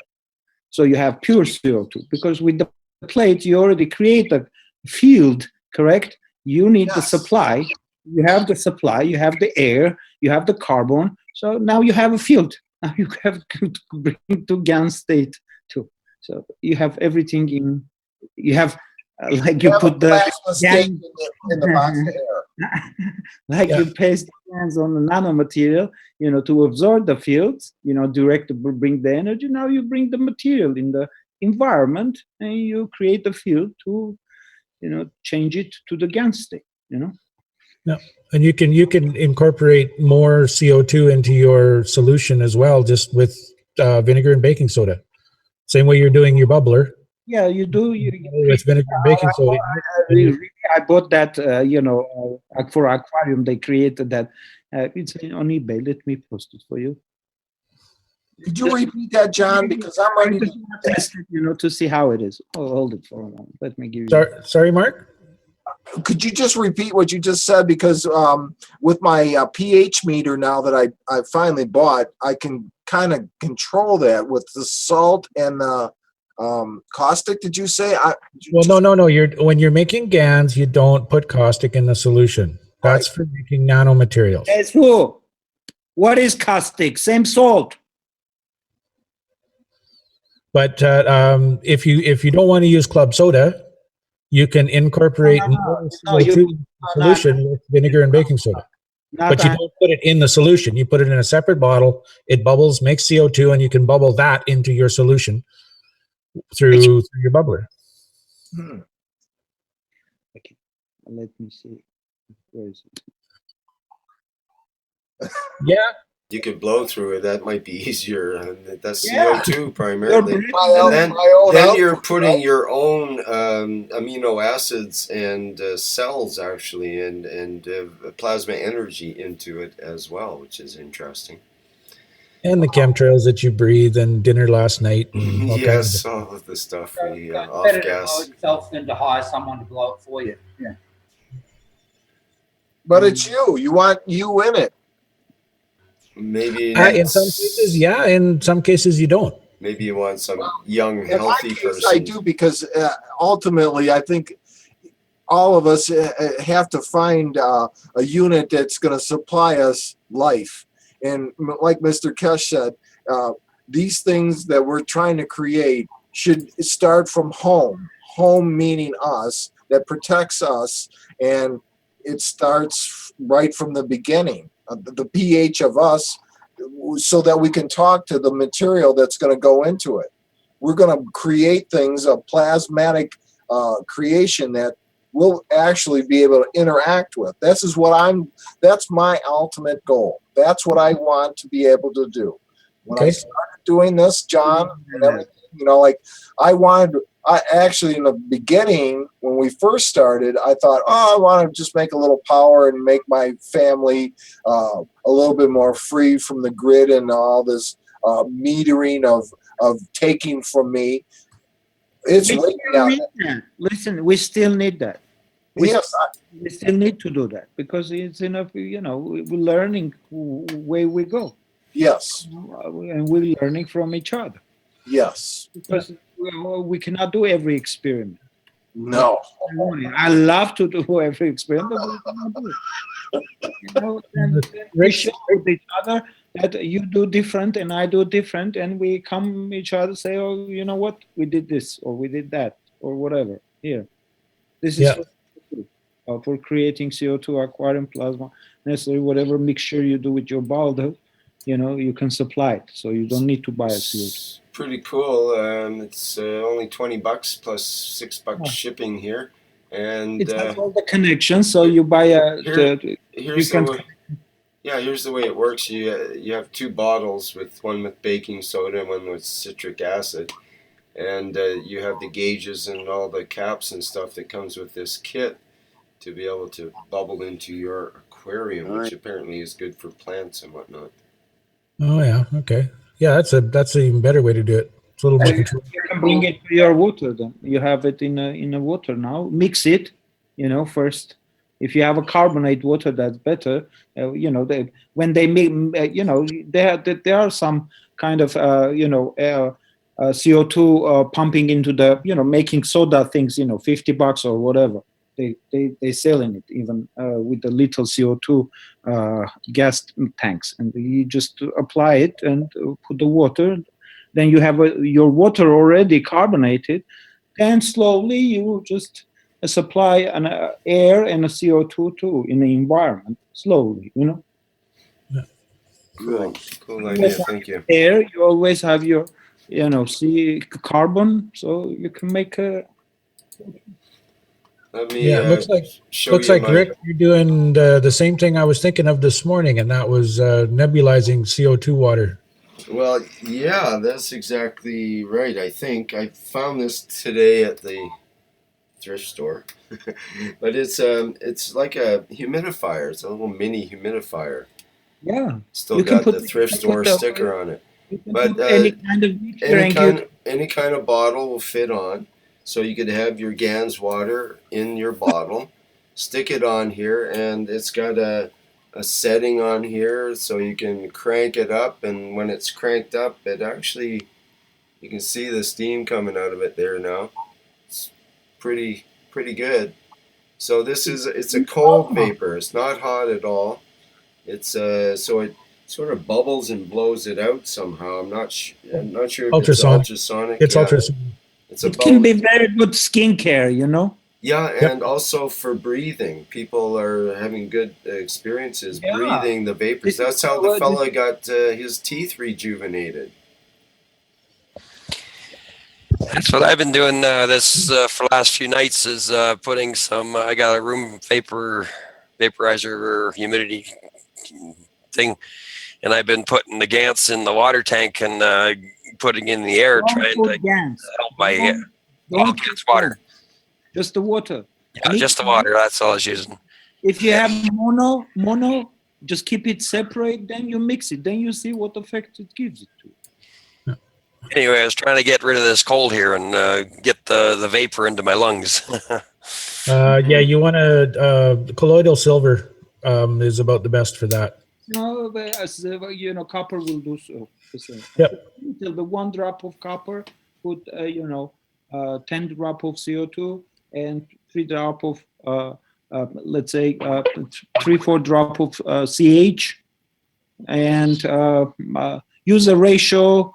Let's say you need the CH, you need a zinc, and you need CO2, and you need copper. Yep, that's about what I was using. You need copper, just a drop of the copper, not too much. Just 1 drop is enough.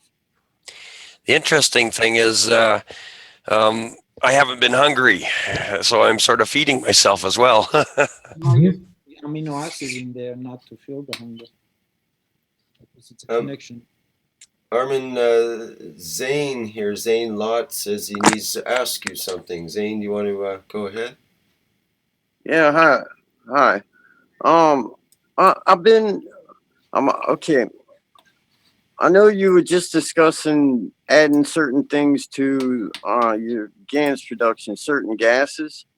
And last week I experimented with some hydrogen peroxide. My GANs were already going, and I added just enough hydrogen peroxide to start a reaction. And I can't get my video on here.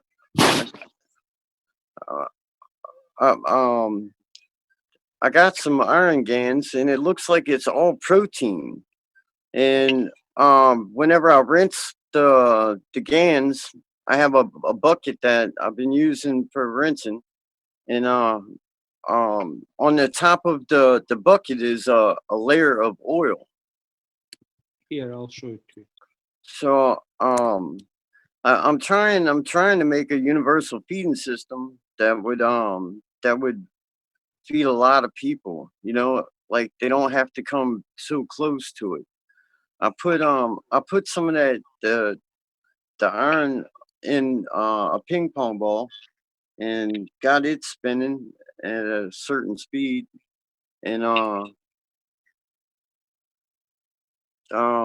just seeing if I could get an effect. I have a 3-stacker that I'm about to put back together, and I was thinking of putting that on that of the protein of the CO2, the copper, and the iron on the coils, and then ping pong balls for the center, and see how that would work.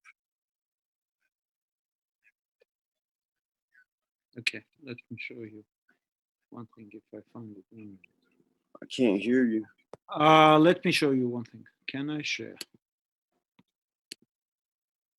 Okay. Share the screen. Okay, let's go here. Look at this.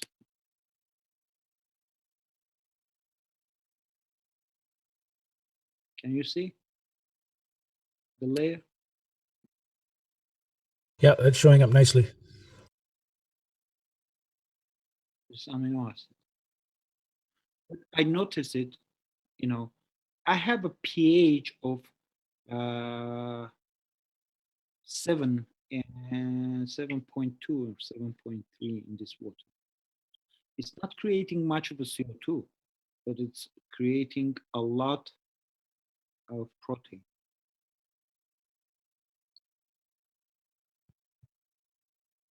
Okay, I measured here. This is my CH3 box. Look at the layer. Because CH3 this is a mesh, because before it was zinc coated, correct? So it starts to create this layer, then it was white before, then it becomes, brown, kind of reddish color, and it's a layer of fat. It's a layer of fat. Look at it, how beautiful it is. So I collect it all. This is lead GANs. I used electricity to reduce it. Did you take a pH reading on any of those besides the one that has the beautiful color? Actually, this was I was doing some experiments when I set it up this box. I just measured the pH. I have created different boxes. So this one the pH was 7.2, 7.3. You know, I just bring it up. I added caustic, a little bit caustic in here, and a salt water. And that raised the pH on that? Yes. So you're controlling your pH that way? Yeah. So see, what I noticed that this one start to create a lot, but not CO2 a lot. Did you use a digital meter? Yes, I do have digital meter. Okay, thank you. So you're saying, Armin, that it was because of the pH that it created so much oils? That's here. I measuring. I was measuring. That was the only thing that was different? Like normally, what was your pH before you changed it? pH 7, so I was measuring that one. 92, this was different box. This was different one. 7, the same box. And you're saying 7 created the best amino acids? Yes. Okay.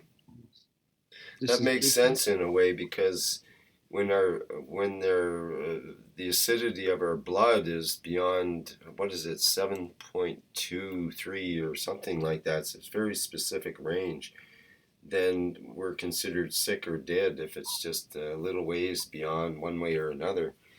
7.29. Okay, there you go, 7.29. Then maybe that's what we should be striving for, to get the best amino acid production, same as our body would be. And also the temperature. What about the temperature? Have you discovered anything about that, Armin? Like, should it be at our body temperature to create the most amino acids? 36. Body's temperature is 36. So that's probably a good temperature to keep a system at that was creating amino acids, especially if it happened to be your own amino acids that you were working with, I suppose. I'm sorry, Rick, I didn't mean to be a stickler about the pH, but that's why I bought the meter, and that's why I didn't do anything before this, because I think that if you want to create a system that communicates with yourself, you have to have the pH is right. That does make sense. And I'm sorry, I started out this way. This is silver. See, this is pure silver. If you can see it. Yes. The nano coating on top. Yes. This is the plus, and this is the minus. Look, they both, because you're applying energy, so it's in a caustic. See how they become black? And this was the GANs out of it. See the GANs? They become light silverish, whitish, silverish GANs. So when you wash that, Armin, how does the top layers that float like that? Are you afraid to lose those? No, when you're washing, it will come. You leave it, it settles. Yes. It's going to take a little bit. As time to time, just hit the bottle, a few times, and it will bring it down, all the particles, and then you just dump the water, whatever caustic water or salt water, and you wash it. Start to washing it. Do the same process again and again, 3-4 times is more than enough with distilled water, and that's it. Keep it in. Good. Thank you very much. You're welcome. Yes. That's all. All right. Thank you, Armin. Okay. Let's see.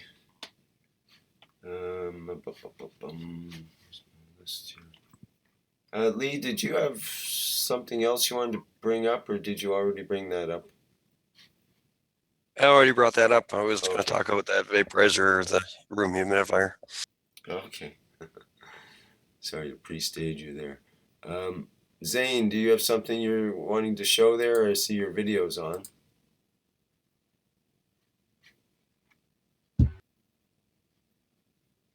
Your audio's off. Let me unmute you so you can talk. Do you want to talk there? Oh yeah, I just wanted to show y'all. See the. Okay, let me spotlight your video so we can see it. Okay, go ahead. You see the fan on top of the. Oh man, phone's messing up. See the fan on top of the water. This is from the whenever I was transferring the water, washing the GANs.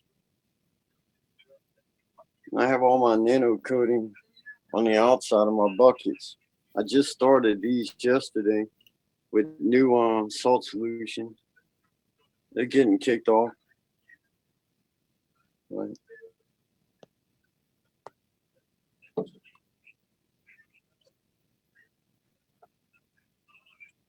Can't hear anything. We can hear you. No, what I'm saying, your connection, you have to keep it. See, your connections are copper. You don't pay attention. If you have zinc, and you have your copper connections, if it attaches the water, you will release the GANs of copper too.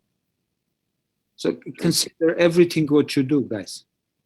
If you want to create a mono, just in your environment has to be, one metal only. So do you connect your plates with the copper wire, or sorry, a zinc wire, or would you use copper but above the surface? Wire, but I don't fill up the water up to right. Not to touch the copper wire. So you right. just that's the process.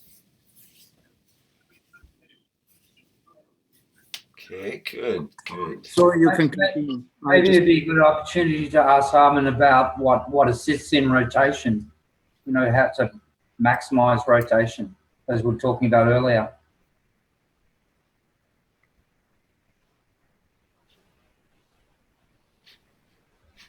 Okay. Do you want to respond to that, Armin? Or? I'm sorry. One more time. I wasn't hearing. I'm sorry. Can you? Just earlier, we had some people talking about finding difficulty in identifying or getting field rotation with the balls. Is there anything that you can add to sort of that assists and helps in getting that rotation with the balls and fan units? Fan units. You don't need the fan. You don't need the motor. Okay, the motor. That's what I mean. Yeah. What I'm saying, you don't need the motors. That's what I explained. You need the gradients. Today, Mr. Keshe explained it very nicely. Go, thoroughly today's, teaching. Just listen again. Okay, yeah. Yeah, actually, I missed that one. I've got to go back and catch up. You are still thinking in a matter, okay, if I put this GANs, that GANs, whatever GANs, and you calculate what's the ingredients for that GANs. One, it has to be weaker, one, it has to be higher. Yeah. Then you have the mix of them. Okay, yeah, so about getting gradient. Just go listen to this workshop. It perfectly explains. Okay, yeah, I'll catch up on it. Thanks. If you don't understand, just leave it for a moment. Go back to next day or other day. Go listen other workshop and come back again. You will understand. Don't worry about it. Yeah. It was a good workshop, and what I got from it was that if we make our GANs and then we go to a plasmatic state, we want the higher states on the outside drawing to the middle, which would be the third part of our MagRav system, which you want to, what I understood was the mixing of the two would be the third part of the middle. Is this correct? Would that be correct, Alman? Yes. Thank you. Yeah, this was in the international workshop, is that correct? Yes. Okay, thanks. Yeah.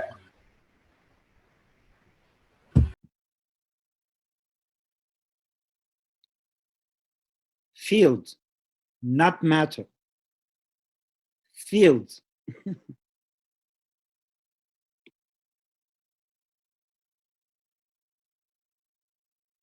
I can confirm it's fields. I'm taking care of a pond, and there's some koi in there, and the koi came up like they were gasping for air. I've never taken care of a pond before, and so I made a little spice bottle with CO2, CuO, CH3, and zinc waters, and mixed with more distilled water, and I put that in the pond, and within probably less than half an hour, the koi weren't gasping for air anymore. I was really amazed, and it was just waters. There was no gans in the water, or no visible anyway. I was pretty amazed. So fields as what is that? Yeah, Pastor, if you understand, if you put, let's say, hydroponics, if they put CO2 water in a hydroponics, you don't need to feed anything else. Yeah. You don't need even hydroponics to put it in the water. Cool. You can create an environment in a, in your, let's say, hydroponic space that is CO2 in the environment. We burn gas, correct? Yeah. To the plants to feed from the CO2 because they need that. The rest of it they will absorb right away. If you have a CO2, if you have go look pick up a leaf from the tree. It turn upside down. You will see one is shiny, one is like velvety. The bottom side it's a velvety, and the top side it's shiny. Why is shiny? Because when it absorbs the CO or creates the CO2, it right away brings the amino acid on top of the leaf. That's why it's shiny. Yeah.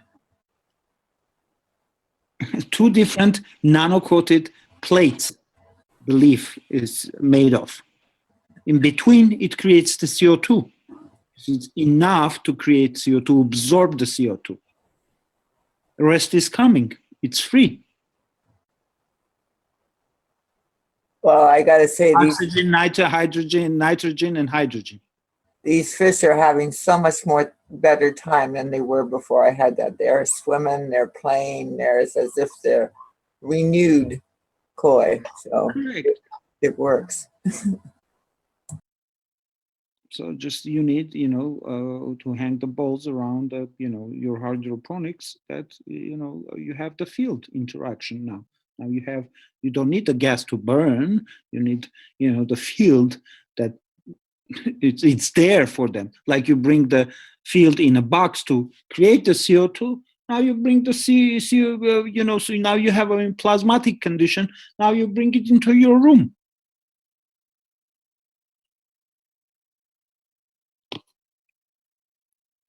And see how your plant's going to grow.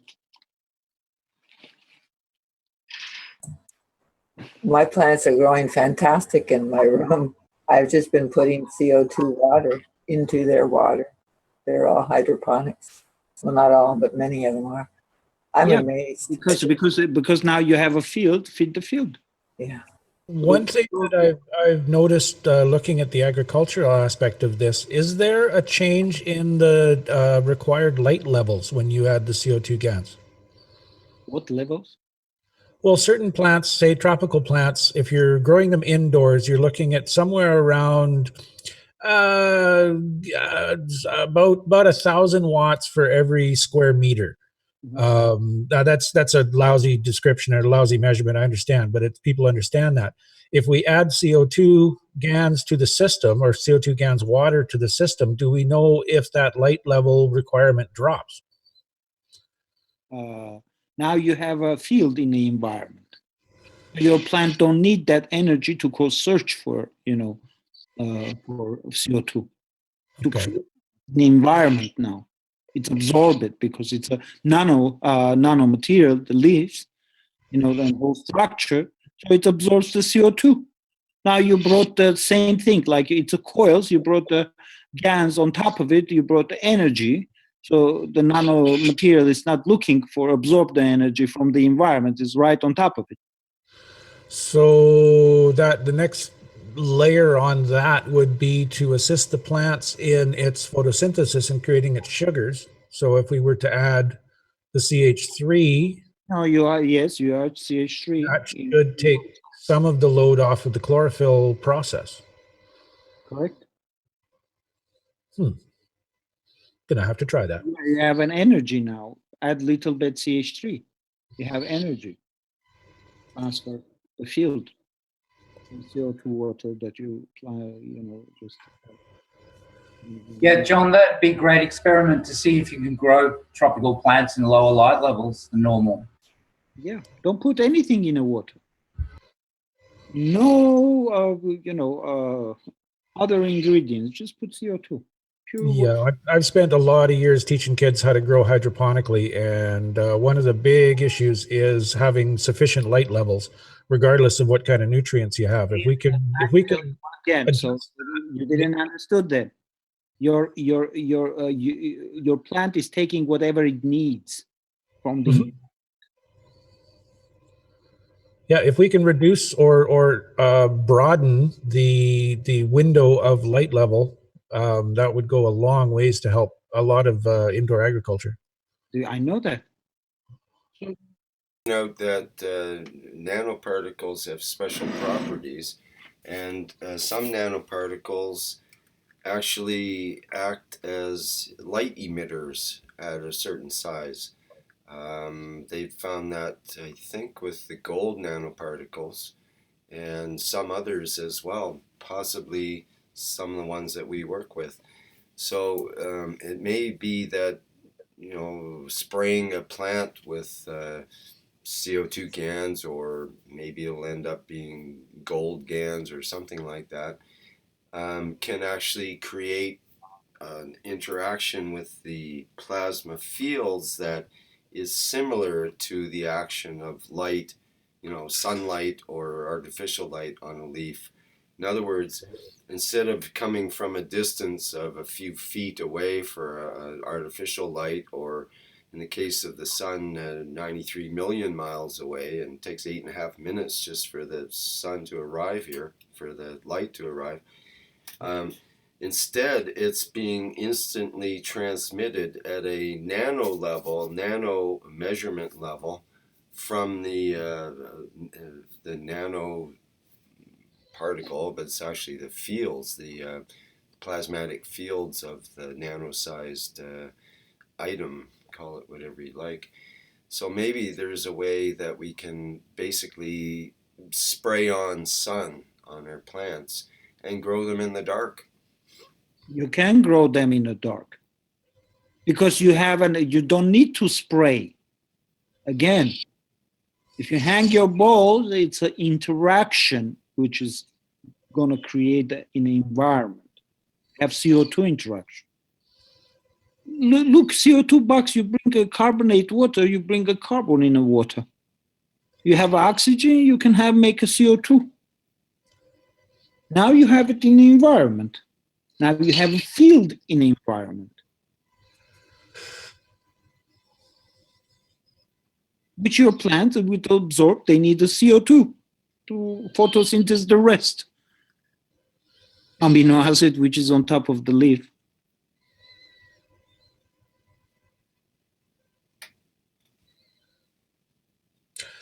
Yes, it would definitely be nice to have a greenhouse where the lighting in the greenhouse is so you can see to get around, and not so that you can keep the plants alive.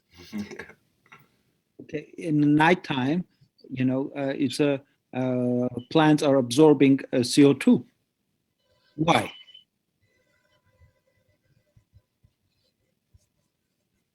In the daytime, they release the oxygen.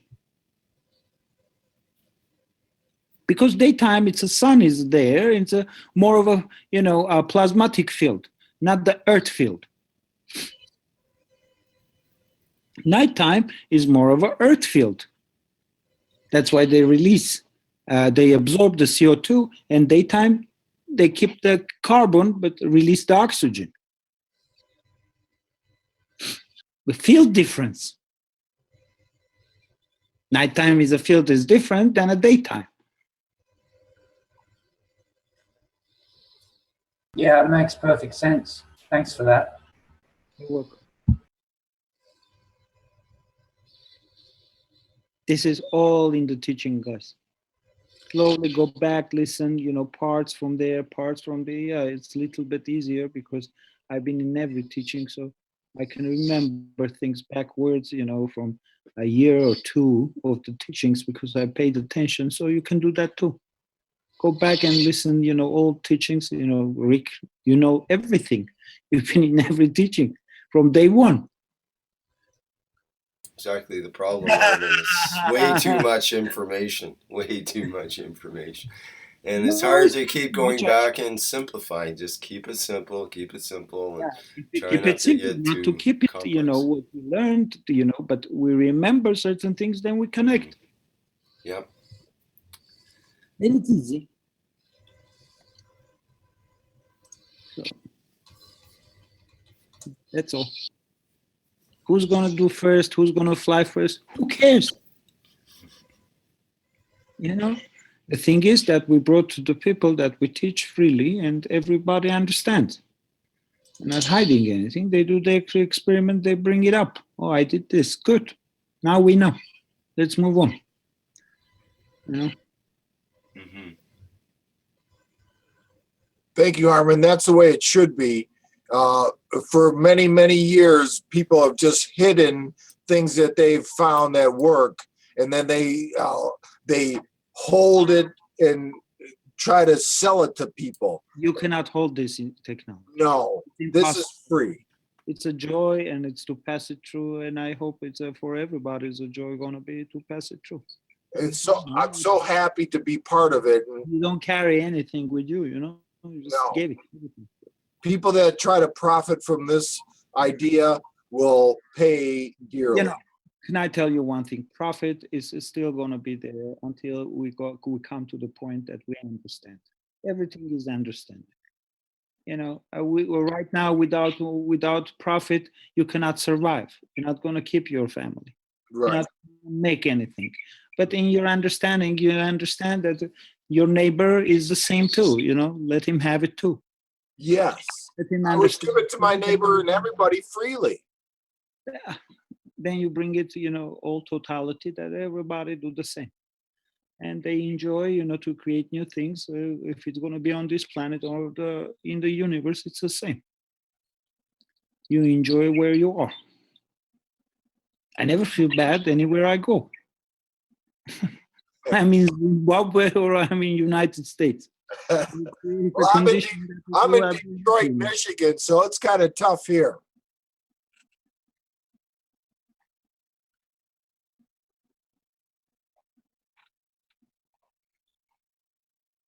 Well, You're making it. So, sometimes the hard places we live in just make us tougher, basically. As they say, what doesn't kill you makes you stronger. But boy, it's hard in some places to survive. But like Armin says, Armin has a good attitude wherever he goes, and he's been virtually all over the world at this point, traveling through business or personal reasons. And I think that's a big thing, is having that positive attitude wherever you are, and that makes all the difference in the way things turn out.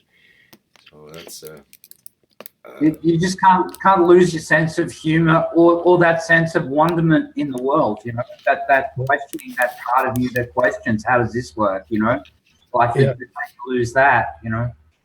Dear, what doesn't kill me? I'm strong enough. Thank you very much. and that makes us better people to help others as well when that situation comes up. So it's all good in the long run. So, okay, anybody else have something for show and tell here tonight? Anyone? Salma, I saw your video was up there briefly. Did you have something you wanted to show? Talk about? Any other questions from anyone? Ron asked in the live stream, how do you nanocoat lead without melting it? And then he says, I guess lye would be the only way to do it. Yeah, the caustic process is not going to get hot enough to melt lead. Right. And even melting it may not nanocoat it. It does get nanocoated from, actually lead nanocoats itself quite readily. It's always got, like copper, it always has a oxide coating on it. But it does take on interesting coatings in the case of battery terminals. I've noticed over the years. I've seen so many different colors of substances growing on lead battery terminals of cars that it's ridiculous. And some of them grow literally over the whole top of the battery. So, but that's not the kind of nanocoating that we're interested in. That's actually more of a chemical molecule type process rather than a nano coating as such. So, and also with lead, I suppose you could use electricity for a lead electrode. That'll tend to coat it as well. Lead is a subject I try to keep away from. Had enough lead in my life, and I try to keep it away from my body instead of being around it. Some people have had bad responses with lead, making lead GANs, and every time they walk by it, their hand twitches. One person said, so they put it at the far end of their shop so they don't have to go by it very often. It's crazy. I've gone to play with the lead a couple of times, and then I'll hear someone's horror story about it, and then I'll put it aside, and yeah, it's sort of oscillating. Now I'm just going to do it. Yeah. Yeah, it's funny because I have no problems with touching lead, the material substance. I've done that for years. I did it today. I put the battery terminals on the connectors on a battery, and the terminals and the battery connector were both lead. And, yeah. I took my gloves off to do it because the gloves were awkward. Lead capping on roofs and things like that. And I've always had lead around, Yep, but what was in the headlines of the local newspaper for Victoria, BC today? Lead poisoning in the water in the school systems. That's one of the most disgusting things I've read in a while, where they just recently tested the water systems in all the local schools, and a couple dozen schools had way too much lead in the water supply, even after the flushing process that the custodians are supposed to do to supposedly flush out the lead out of the system. They still have, and it's proven to be cognitive impairments and all kinds of stuff from lead. I mean, even the Romans figured that out a long time ago. That was one of the cause of their fall of their empire. And here we are in this modern day and age, and they don't have regular testing of the water supply for our kids in the capital city of the most expensive province in one of the most expensive countries of the world. This is outrageous. This is just unacceptable to the nth degree. And now they have to sort of try to get it into their budget, and it's a big kerfuffle. And of course, everybody's freaking out about it. They should be. And I just can't understand how. Well, I can. It's because they have cutbacks in their funding, and the school board says, "Oh well, we tested these two older schools and they were okay, so all the rest of them should be okay. They have newer systems." No, many of the newer systems were worse than the older systems. So boy, it's a big one, and it just came up last week about the northern communities in Canada having the same issue. One in particular have really high mercury levels in their water supply, and lead, but mostly mercury in this case because of the mill that operated there for years in the 1960s. The government thought it would all go away, and of course it got worse instead, and now they have kids that are deformed and all kinds of problems going on because of that. It's now a mess to clean up. We have issues here in Australia with house renovating because a lot of the paints they use sort of pre-70s for lead-based paints. That's right. So, yep. You don't think of that. You're badly going with a stripper and sander and caustics to strip, paint off. And we actually poisoned our cat that was walking through the sandings from the paint. Oh, yeah. And then licking its paws, Oh, yeah. Wow. All of a sudden, the cat just keeled over on its side and went into spasms, Oh, wow. Yeah. Yeah, so that was a big wake-up call. Yeah. Yeah, so imagine if we had maybe a GANS paint that we could paint over the lead paint, and it deactivated it. And then when you removed it, your cat could walk in it and it wouldn't be any problem. It would already be bound up to the GANs and no longer free to be able to, be ingested or whatever. It's entirely possible something like that could work. Yeah. And again, with the water supply, mercury in the water supply, surely we could have a GANS system of some sort that could act as a filter. We know the GANS goes to the bottom of water wherever it goes. That's where the mercury is in these rivers. It's right down at the bottom in all the cracks and crevices and sludge and so on at the very bottom of the river, where the gold hangs out and all the heavy metals. So why not the GANs injected into a river system and have it trickle along at the bottom of the river and picking up the heavy metals and pollution as it goes, and maybe you could retrieve it at the end of the run of the river, and or maybe it wouldn't matter at that point. That maybe it could even be ingested by fish, and it wouldn't stay in their organs and so on the way it does now with lead as an ion. Turn it into a commercial operation, retrieve it, and they can employ people to do that through all the rivers. Yeah, once that catches on, I mean, this is definitely the way of the future. Well, the way I see it is, instead of having military fighting each other, the military will be employed to clean up the environment, and that will be our duty as humans, is to try to make our environment, wherever it is in the universe, better from our passage rather than worse, the way it's been traditionally, it seems. Where humans go, you can pretty much smell them, so they leave a trail. It'd make it a lot more palatable to pay your taxes when so much is going to the military if they were being used for that. Yeah. Yeah.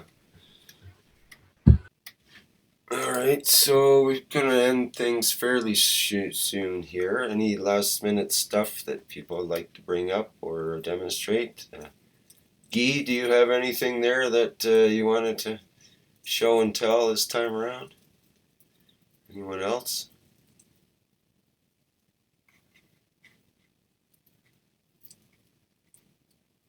Does it matter what protein you use whenever you're making the feeding system?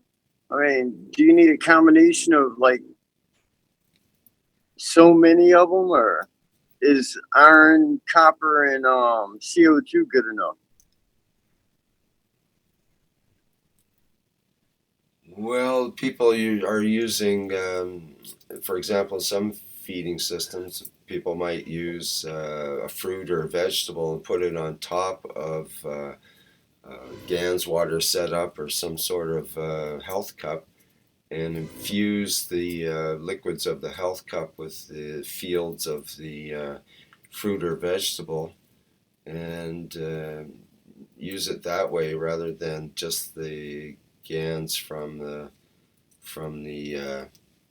three main GANSes.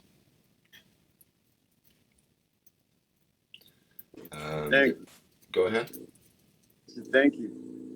There might be some other feedback on that. There's other ways and means of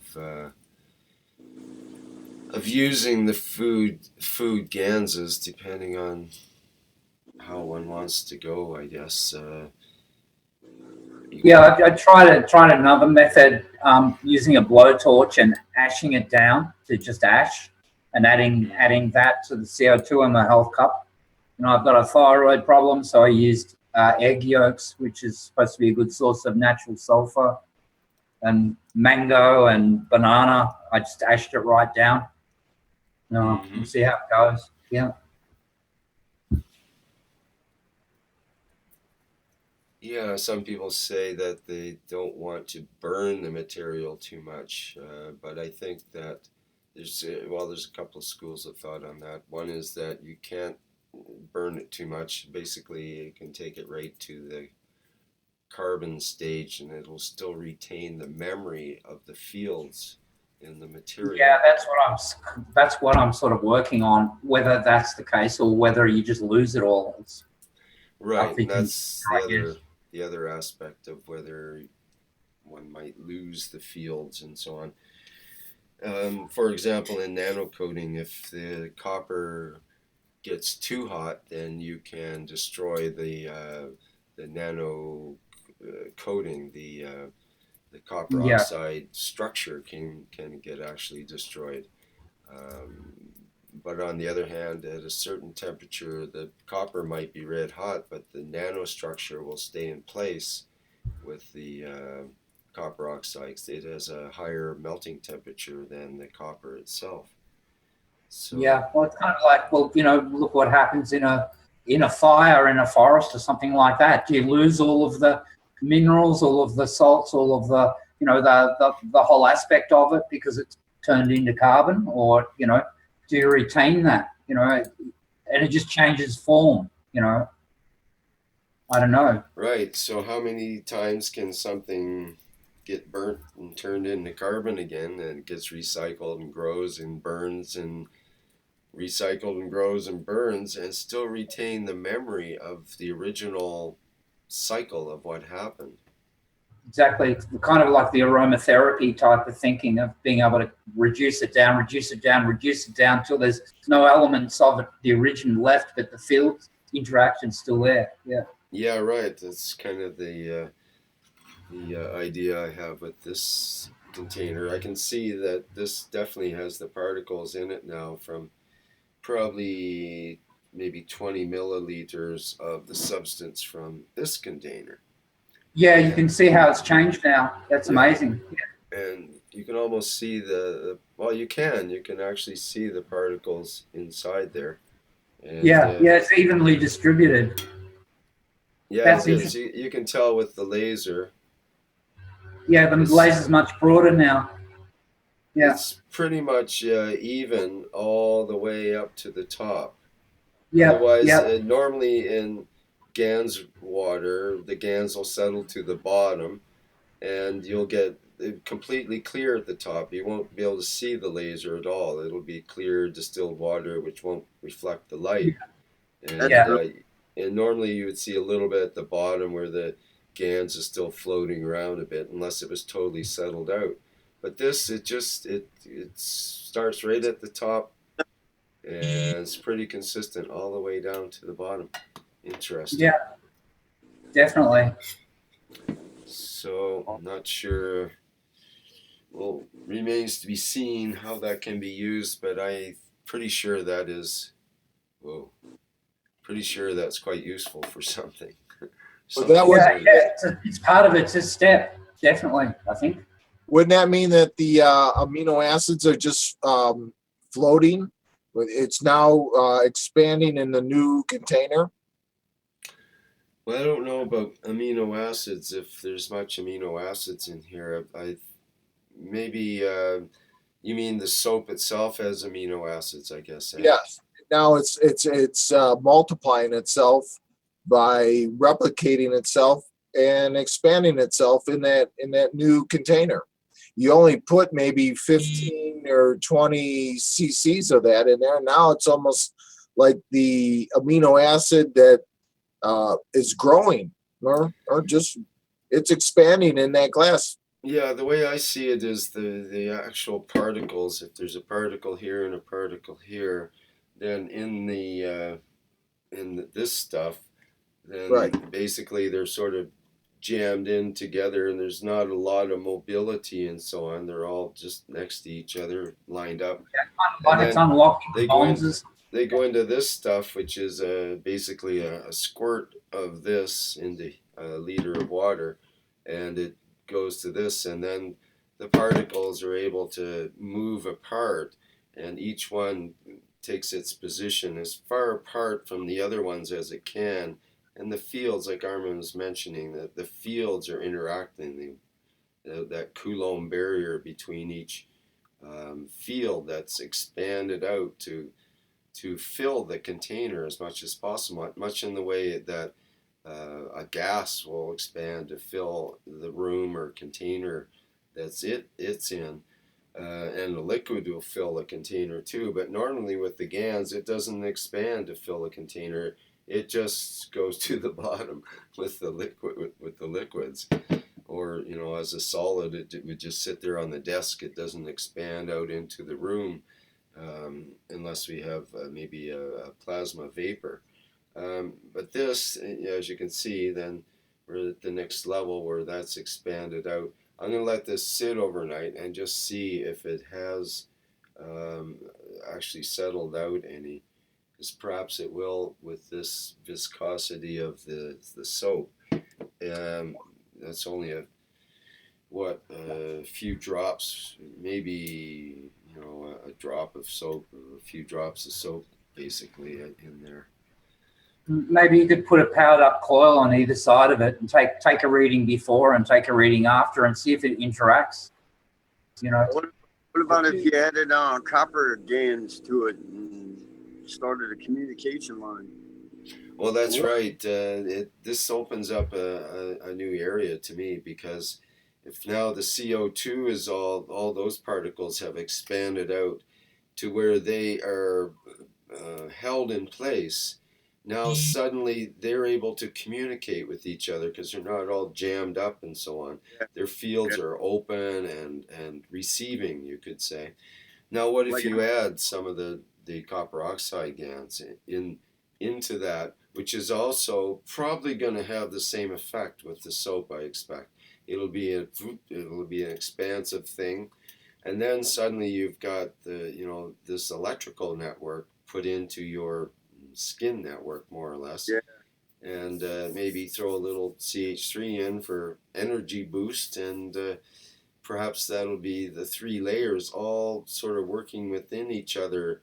The particles would interact and maybe have enough gradient between them to actually cause some rotational effects or some sort of interaction, at least, especially if the particles have exactly the right gap between them and the right proportions. Like, proportions have come up recently as being important.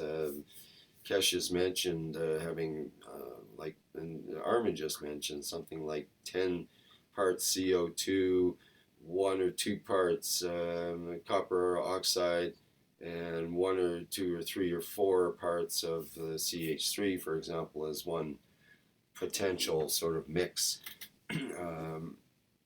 So maybe those proportions in a certain dilution factor would bring these particles within the proximity of each other, that they actually start to interact with their fields, and maybe that will create the light between them that we want.